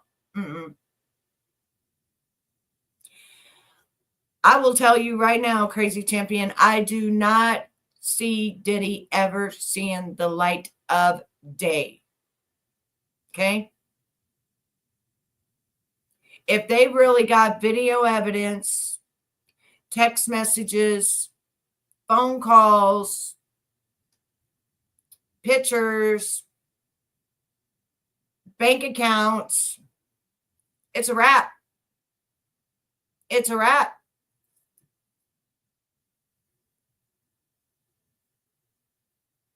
Who is? What is it? That is Memphis Bleak's son, my dear. What, you talking about this kid right here? No, it's not. No, it's not. JayZ done a whole complete shakedown on these people. He was going to do the right thing back in 2011. He even was going to bring the kid on to Rock Nation. She's got all the proof of that. If you've been watching, you ain't been here to watch this. So don't talk unless you've been watching this, please, because you don't know what you're talking about. Now the feds are involved. When the feds get involved, honey, what happens when the feds get involved? The feds are now involved. Let me show you again where the feds are now involved in this JayZ paternity test. Right there. Boom. Right in front of your face. Right here it is. And you're calling somebody else this baby's daddy? It's right here. And my computer's acting up. Quit acting up. Hold on. Right there it is. FBI reportedly involved in JayZ paternity cases. Legal battles a loom. Bullshit. He came back to get her. Oliver. He came back to get her. What are you talking about? He came back to get her when he found out he had a son. He came back to get her. But they were moved. He came back to get her when he found out that that was his son. Then he did a shakedown on these people. And he took that woman's money off of her house and even tried to take the house from the son. FBI wouldn't be getting involved, honey. FBI would not be involved if it was just a bullshit lie. You got to keep the same energy when you come in my room. Keep the same energy, honey. Because around here, show me receipts, deleted tweets. We'll talk. These people got it. Okay? That's why the FBI is involved now. Yeah. But lately, I haven't been able to, reach out to her. They didn't It's like shut for the that down. last year. We need to get you and Lakeisha a fraternity test. That'll be nice. And I'll be willing to, to fund that and I'm stuff. definitely ready. Yeah. That would be dope. They say you do look just like your daddy, the eyes, everything. Send them Brother, positive take vibes. They say, $500,000 yep, to Jay have the to do with that. daddy. Sorry. You have a GoFundMe, right? I actually don't. No, and we That's have to right. be That's why I careful said with this that whole year now. I haven't got nothing off of this. Each interview, if y'all see me on interviews, okay. In the past, we did. We dealing Because some of facts. our friends set it up Okay. for attorney Matter of fees. fact, let me tell That's you where we went another to. fact. Okay, gotcha. Right? Gotcha. Do you Another fact, Oliver. I'm not a celebrity chaser. I don't like celebrities. Okay? I know what they do behind closed doors, and I don't like them. And if you knew what they did behind closed doors, honey, you wouldn't like them either. They completely shook down this woman, Oliver. They completely shook this woman down and took $32,000 from her home. They have the evidence. They've already presented it in this. So you need to go and look. Why is the FBI now involved? FBI don't just get involved in paternity tests. The girl was 15. That's why. The girl was 15 years old when she got pregnant with her son. That man was 22, 23 years old. She was a baby. A baby. You go lay down. I'm not dealing with it. Go lay down. We'll deal with it in a minute. Whatever it is you want, we'll deal with it in a minute. Go lay down. But serious. The FBI wouldn't be getting involved, Oliver. Wouldn't be getting involved. And that boy looks just like JayZ. You can't shake it. And now the FBI is involved. So guess what? He's going to get his DNA. He's going to get his DNA because the FBI is now involved. And what about Nas rapping and doing a rap battle against JayZ and talking about how he likes 13-year-old chickens 20 years ago?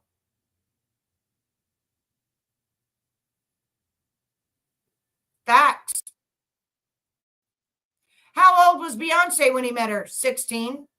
How old was Foxy? 15. How old was Rihanna? 15.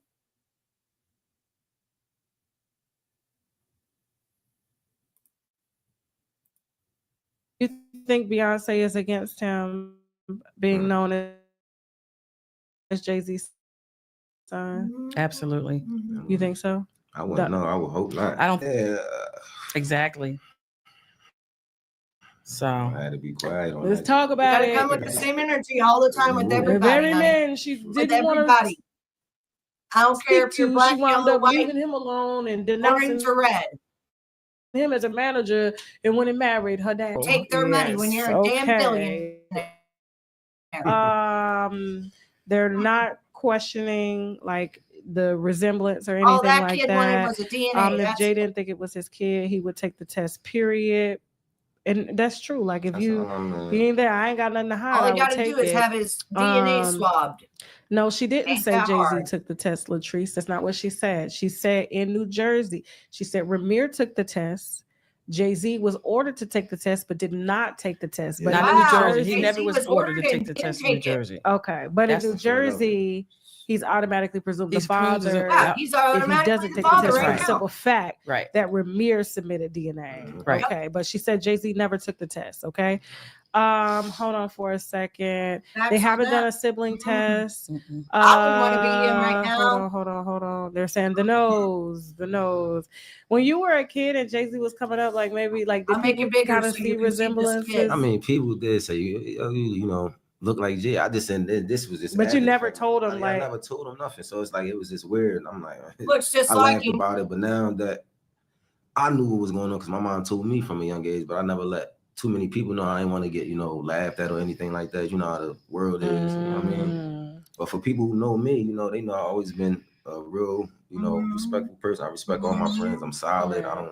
I'm like, it's nothing. I don't go around talking about people or creating shit. So He's not a drama person. Yeah. I mean, I'm like, if a friend need me, They're I'm gonna here. find out. I would never deny friends.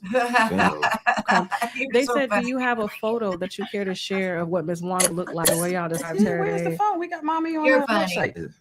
Oh, is that Can the you get it? website? Can you Okay, get great. Yeah. Okay.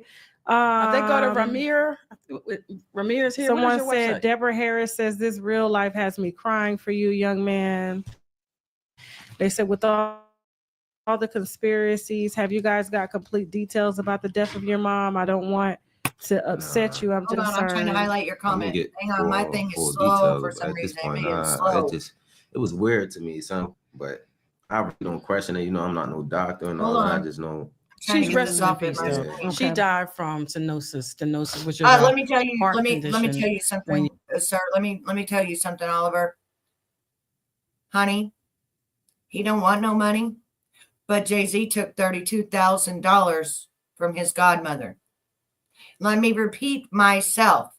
JayZ took $32,000 from his godmother's sale of her property and put a lien on the home that boy lives in right now.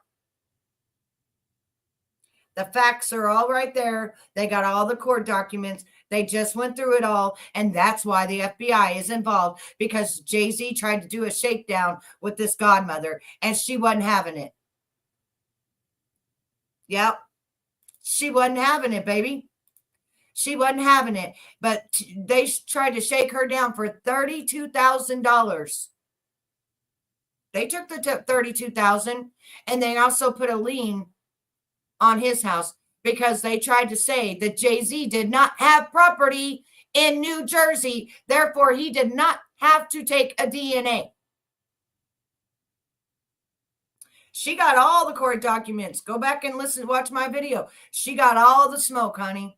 And that's why the FBI's getting involved right now. The kid don't want nothing. The kid just wants to see if that's his father. And at this point, the kid don't even like JayZ. Oliver, the kid is at the point he don't even like JayZ because what he done to his godmother and how he's trying to take his house away from him.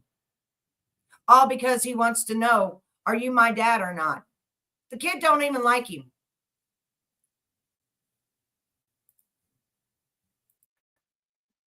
You are young. She had gotten scarlet fever at 2, and it progresses over the next 40 years. And exactly around that age is when she started having problems. Damn. So that was more of a heart condition. So for sure, she was fine. Nobody did anything to her. Okay, scarlet fever. I've never I've heard about it. See, that's what I'm saying. I don't know. Even with the doctors telling me that, we don't know how true it is. So we don't. We really, it's a question mark. I want my mom to rest in peace. So I don't never want to say something happened to her. So, but at this, I wouldn't know. I can't fully say yes and no. They say you and Blue Ivy look like twins. They said your sister started getting paid. She was talking to him, and now she stopped responding. Yeah, she's yeah. Okay, gotcha. All right, cool. So there's another little girl. They're putting up a there picture of Miss supposedly Wanda. his So same rest her soul. Y'all think JayZ mom cares?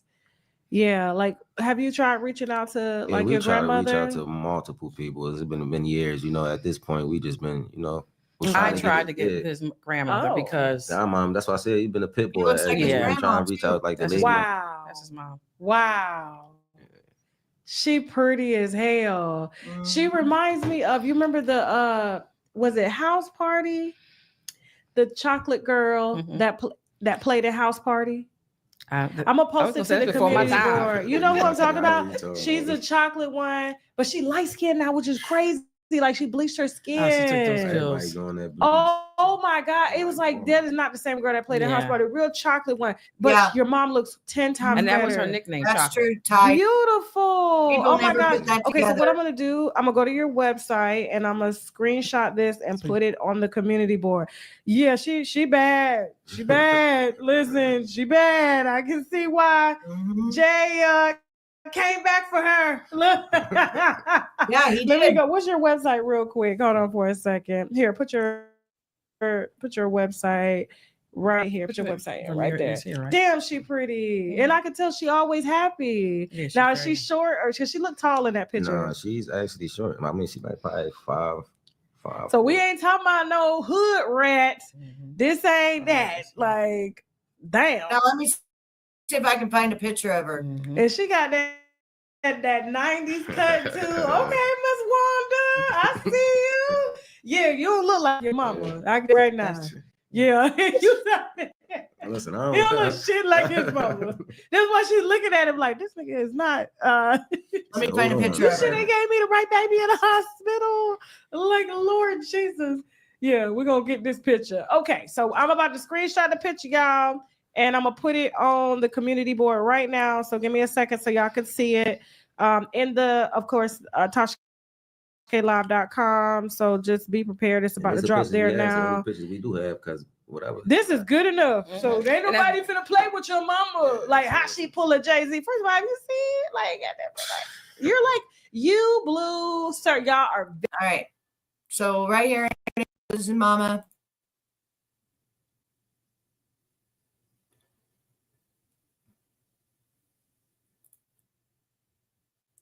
This is his mama right here. As soon as it comes up, it's one to take its poor sweet time. All right. This is his mama. Right there is his mama. It's sad all the way around.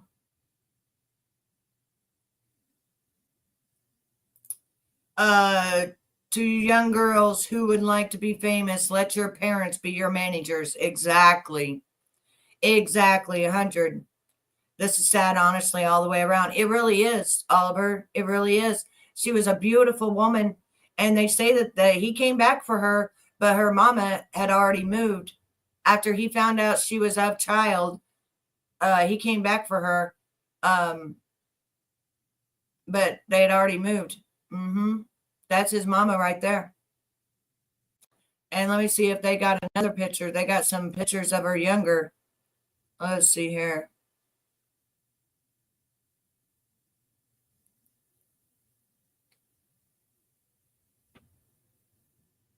I don't know which one is which, but I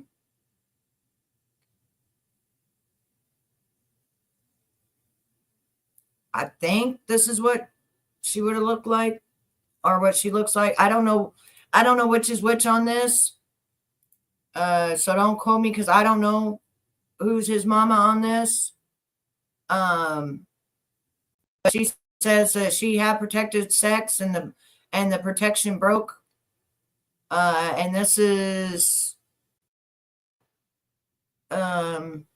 she has a sworn affidavit in which she shared her memories of that evening. Right here is the affidavit.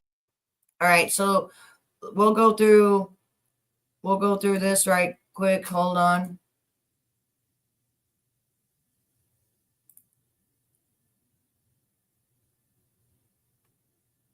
We're gonna go through this one right here because we're gonna read the affidavit, the sworn affidavit from the mama.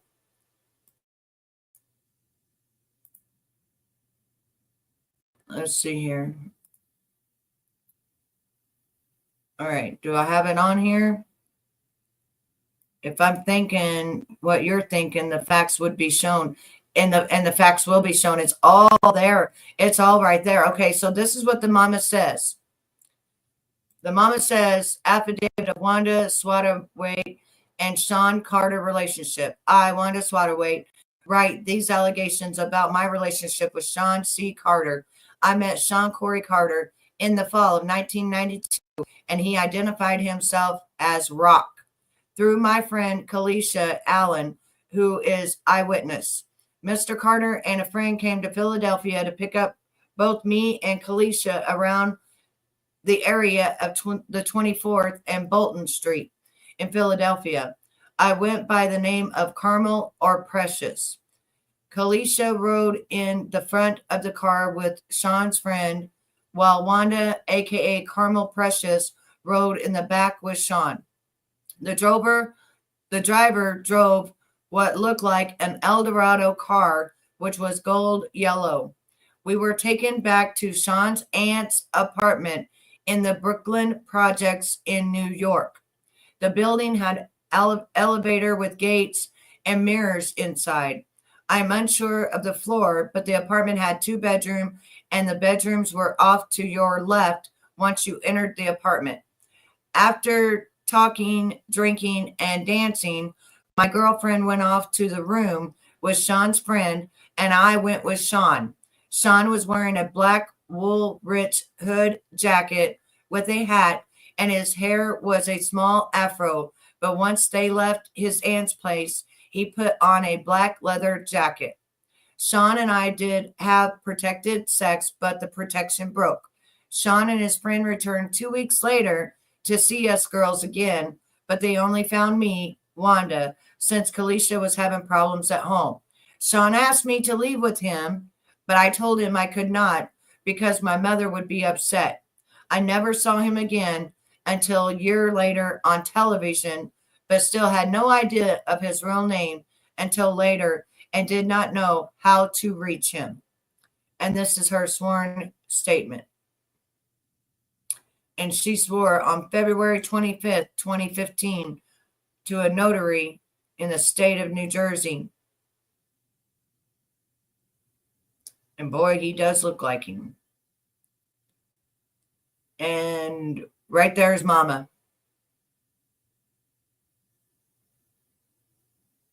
Right there is Mama when she was young. Right there.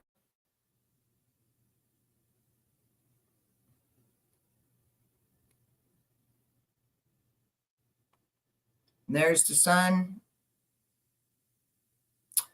And this has been going on for 10 years because they frauded.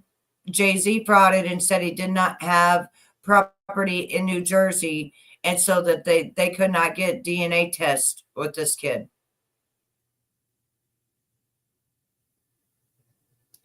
And he says, I just want to live my life, and when it is all said and done, I hope that JayZ would be a part of my life if that is God's will. She claims that she had sex with JayZ in 1992, and at the time, the rapper was far from the global icon he is today. It was 4 years before the release of his debut studio album, Reasonable Doubt, in 1996. At the time, their trust, Wanda was in an on-again, off-again relationship with her high school sweetheart, Robert Graves. However, she says it was her alleged one-night stand with JayZ, which she kept hidden from Robert, during which her son Ramir was conceived. When Wanda gave birth to Ramir in July 1993, so she would have been 15. She was 16 in 93. Damn, she was 15 when he had sex with her and 16 when she gave birth in July. Robert was by her side in the hospital and signed Ramir's birth certificate as his biological father. A family insider says that Wanda knew that Robert was not Ramir's real dad early on when he looked nothing like him. Ramir says that Wanda told him that JayZ was his biological father when he was 8 years old. It was not until 2010 when Wanda's heart condition, which was the result of untreated scarlet fever when she was 2 years old, did the case of paternity become an issue. When Wanda met JayZ, he was just a normal guy. When she began her plea for a paternity test, he was a mega superstar, marrying his wife Beyonce in 2008. Wanda was sure that she had sex with only 2 men when she became pregnant in 1992. The 2 men were Robert and JayZ. She filed paperwork with Pennsylvania court to make both men take a paternity test in order to determine who was her son's real father. When the court issued an order, Robert agreed to undergo genetic testing, proving once without any shadow of a doubt that he and Ramir had no biological relation. Robert's name was removed from Ramir's birth certificate by the court and has remained blank ever since. In 2011, Wanda handed over custody of her son to Ramir's godmother, Lily, who has been fighting on behalf of Ramir ever since. Lily told Daily Mail, "I was just trying to help my goddaughter's child have a relationship with his father," recounting how Ramir was forced to accept the fact that his mother was dying at the time. Lily added, "It was so hard on him because he was ripped away from his mom and had no one to call dad." That same year, multiple reports surfaced alleging that JayZ had fathered another son with Trinidadian model Chanel Scott. Claims that the rapper's team were quick to dismiss as ridiculous rumors. In 2012, Lily and Ramir began to pursue legal action against JayZ, a battle that has now spanned for more than 10 years and seen the pair embroiled in endless legal back and forth and the rapper's attorneys.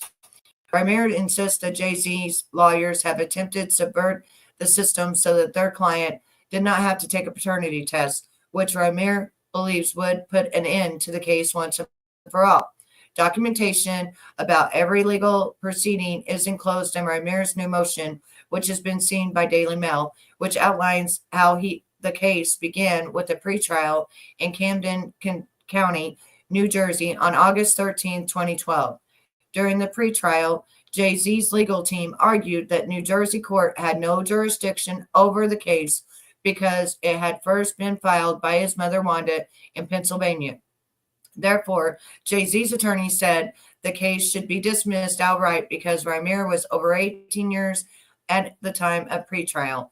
Pennsylvania laws that paternity must be established before a child reached the age of adulthood.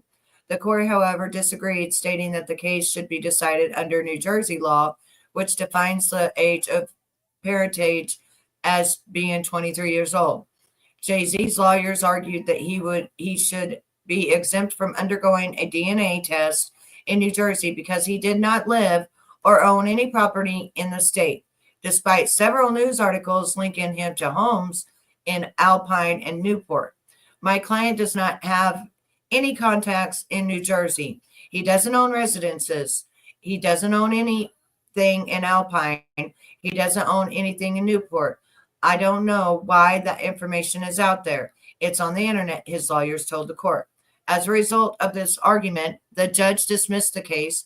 Ramir's attorney immediately appealed the verdict, insisting that they had evidence in the form of 3 property deeds and tax records proving that JayZ owned several properties in New Jersey and that his attorneys therefore committed fraud by stating otherwise in the court. And this is all the documentation. All of it. All of it. And then they say that he won the petition. And once you win the petition, whether you take the DNA or not, you are presumed the father until you presume your innocence of not being the father. JayZ leaves Manhattan civil court and ignores paparazzi. For several of the properties, JayZ is still listed as the owner under his legal name, Sean Corey Carter. In addition, several of his immediate family members are also listed. Ramir and his legal team submitted the deeds as evidence for their appeal, and the case resumed on December 12, 2012. During a hearing as part of the trial, JayZ's attorney noted that she had misspoken about where he really lived, having told the court that the rapper lived at 411 Broadway in New York City, which is actually the office of his record label, Rock Nation. I did misspeak at the first hearing because I really did think that Broadway was his home address, Fisher stated.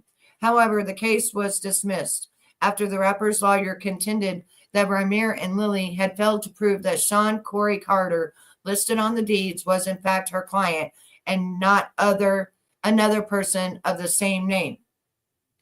Plaintiff's request for genetic testing and for support is dismissed for lack of subject matter jurisdiction and for lack of personal jurisdiction over defendant Sean Corey Carter without prejudice. In December 2014, Ramir filed a civil lawsuit against JayZ and his attorney, during which the rapper's legal team made the same agreement that they had done during the 2012 and 2013 hearing, that he did not own any property in New Jersey and could therefore not be subject to a paternity ruling in the state. Again, the court ruled in JayZ's favor and dismissed the case. Up until now, the entire case has been sealed by the court, which means the public cannot obtain files pertaining to the case. Ramir will stop at nothing to have the documents unsealed. Many of these documents are already publicly available online on a website created by Ramir. Ramir will continue to fight for his right to have due process for himself, for those who have supported him, and especially for his mother, Wanda. In 2016, Ramir's bedridden mother spoke out again in support of the case. My name is Wanda Sataret, and I am the mother of Ramir Sataret, she stated in the video shared with Radars Online. Today is April 20th, 2016, and I want the world to know that I support my son in his paternity suit with Sean Corey Carter. I stand by my allegations regarding this man. In 2015, Ramir sued JayZ for civil damages, claiming that the rapper had obstructed his ability to get closure. In 2017, Ramir and Lily filed a civil rights complaint to Judge Glenn A. Grant for violations that included not following normal procedures for court services based on gender, class, and retaliation. They also filed civil rights complaints to New Jersey Attorney General and the Governor of New Jersey, various New Jersey senators, and the Judicial Conduct Board in New Jersey. They repeated the civil rights violation complaints to the same parties again in 2018, 19, 20, 21, and 22. All of these claims were dismissed. In a 2022 YouTube video, Ramir made clear his feelings about the case, telling the world, I don't feel like our rights are appreciated. There is a lot of fraud and collusion that has been going on. I am not going to let this pass. We are going in there with our hard-earned money to fight fraud. The judges are allowing this to go on. Someone over them should be held responsible for this. I just want everyone to keep their eyes open. We should never go to courtroom and feel like we are the victims. We got stepped on and tried to get dragged through the system. I will not let anyone put this on my name, my mother's name, or my godmother's name. We will fight for what is right, like we have been doing for all these years, Ramir said in a video. JayZ has never publicly spoken about the case. In his 2018 album with Beyonce called The Carters, You Heard About Us, he vaguely addressed the accusations. The lyrics to the song state, Billie Jean in his prime, for the 1,000th time, the kid ain't mine. Online, they call me dad. Kiddling, you're not supposed to take this dad thing literally. And there is all that. And again, I must bring back the receipts that the FBI is now involved in the actual lawsuit. If I am thinking, I just now got back here. What did it say? If I'm thinking, what are you thinking? The facts would be shown? Yes. And they wouldn't have done a shakedown and took $32,000 and put liens on Ramir's home that he lives in. Carmen is Naz's girlfriend, not to sound ignorant. Oh, okay. So Naz was the one that had a rapper beef with JayZ back 20 years ago. And Naz is the one that said that he liked 13-year-old chickens. Why wasn't Robert arrested for underage X, my dear? I don't know. I really don't know. Oh, didn't he marry her? I think he married. I think they got married. Let's see, was that guy old? How much older was that guy? Because I don't know. Let's see here.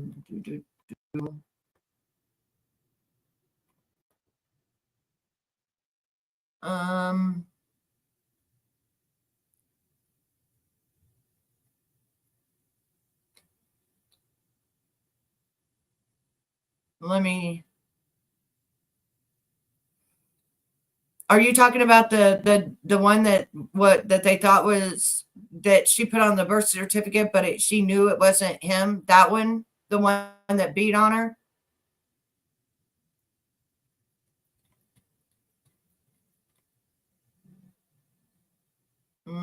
I don't know which one that one was.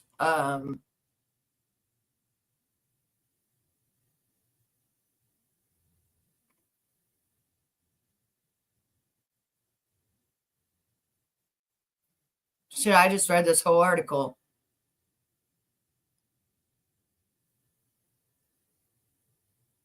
So he went by Rock and she went by Princess or Carmen or something like that. She went by, where'd it go? Carmel. She went by Carmel and Precious. So her alias was Carmel, not Carmen. Carmel and Precious. So they called her Carmel or Precious. And he went by Rock. Okay, now I'm trying to see where she was with that guy, blah, blah, blah. That's what I'm trying to see here.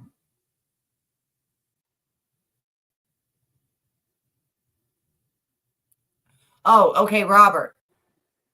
Oh, Robert was her age. Sorry. Okay, Robert was her age. So he wouldn't have been arrested. Robert was her age. He was young like her. And he beat on her. And when he got with her, he knew that he wasn't the father, but he still put his name on the birth certificate. That's why he didn't get arrested, because he was the same age as she was. But whenever it came down to it and she said, you're not the father, I've been saying you're not the father, he took the DNA and it came out he wasn't the father. So he can't be arrested if he's the same age as her. Robert was the same age as her. So that's why. Yeah. So any other questions about what you think about this? I mean, the FBI is now getting involved and they're also talking about RICO. So now JayZ's opened a can of worms that he could have just did a DNA test, swept it under the rug, and, the kid Ramir probably would have went away. I mean, if he didn't want nothing to do with him. But yeah, Robert, the guy that she married, or the guy that she was with, he was the same age as her. That's why he didn't get in trouble. Now, had he been older than her, then yeah, he would have got in trouble. He would have went to jail. Because a child that's 14, 15, 16 cannot consent to that with anyone at all. So just let me know what you think, everybody who's made it this far. And I think it's pretty sad that $32,000 was taken from the godmother by Sean Carter. And I think it's sad that this kid has to go this far just to try to get a DNA. I think that JayZ should take the DNA, which the FBI is going to make him. And then I think that he should pay back. And I think he owes 18 years of child support, just like every other pappy or mama out here. That's just my thoughts on it. Till next time, I love each and every one of you. Remember, I'm Betty. I'm your host. This is YouTube Daze, where we speak facts. We bring the proof. And I'm just a reporter reporting on the news. Other than that, I have nothing to do with none of these cases. Everything is alleged until you get your day in the court of law. Okay? What? See y'all later. Oh, Oliver, she did try to reach out to him. She couldn't find him. Because remember, he picked her up in Pennsylvania and then he took her to Brooklyn, right? And he came back. She was only 15. So what could she do? Once he found out she was with child, if you go back and watch my video, Ramir says that he came back knocking on the door, trying to get her, but she had already moved. And also when they started bringing these lawsuits and stuff, JayZ was going to wanted him to go to Rock Nation and work for him. That's how much of his child he's not. Yeah. But the guard said, no, he's too young. He's too young. And that's not the way that he didn't want to be a part of it. So she said, and she's thankful that she did say no, because he's not interested in the entertainment industry. So yeah. All right. I hope I answered everybody's questions. And remember, everything is alleged until everyone has their day in a court of law. And I'm out of here.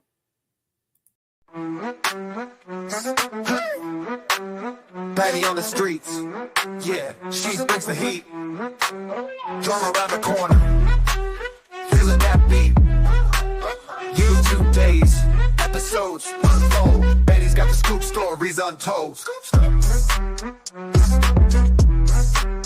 Navigating drama, twists and turns. Betty breaks it down, everyone learns. Go down low, she's got all the tea.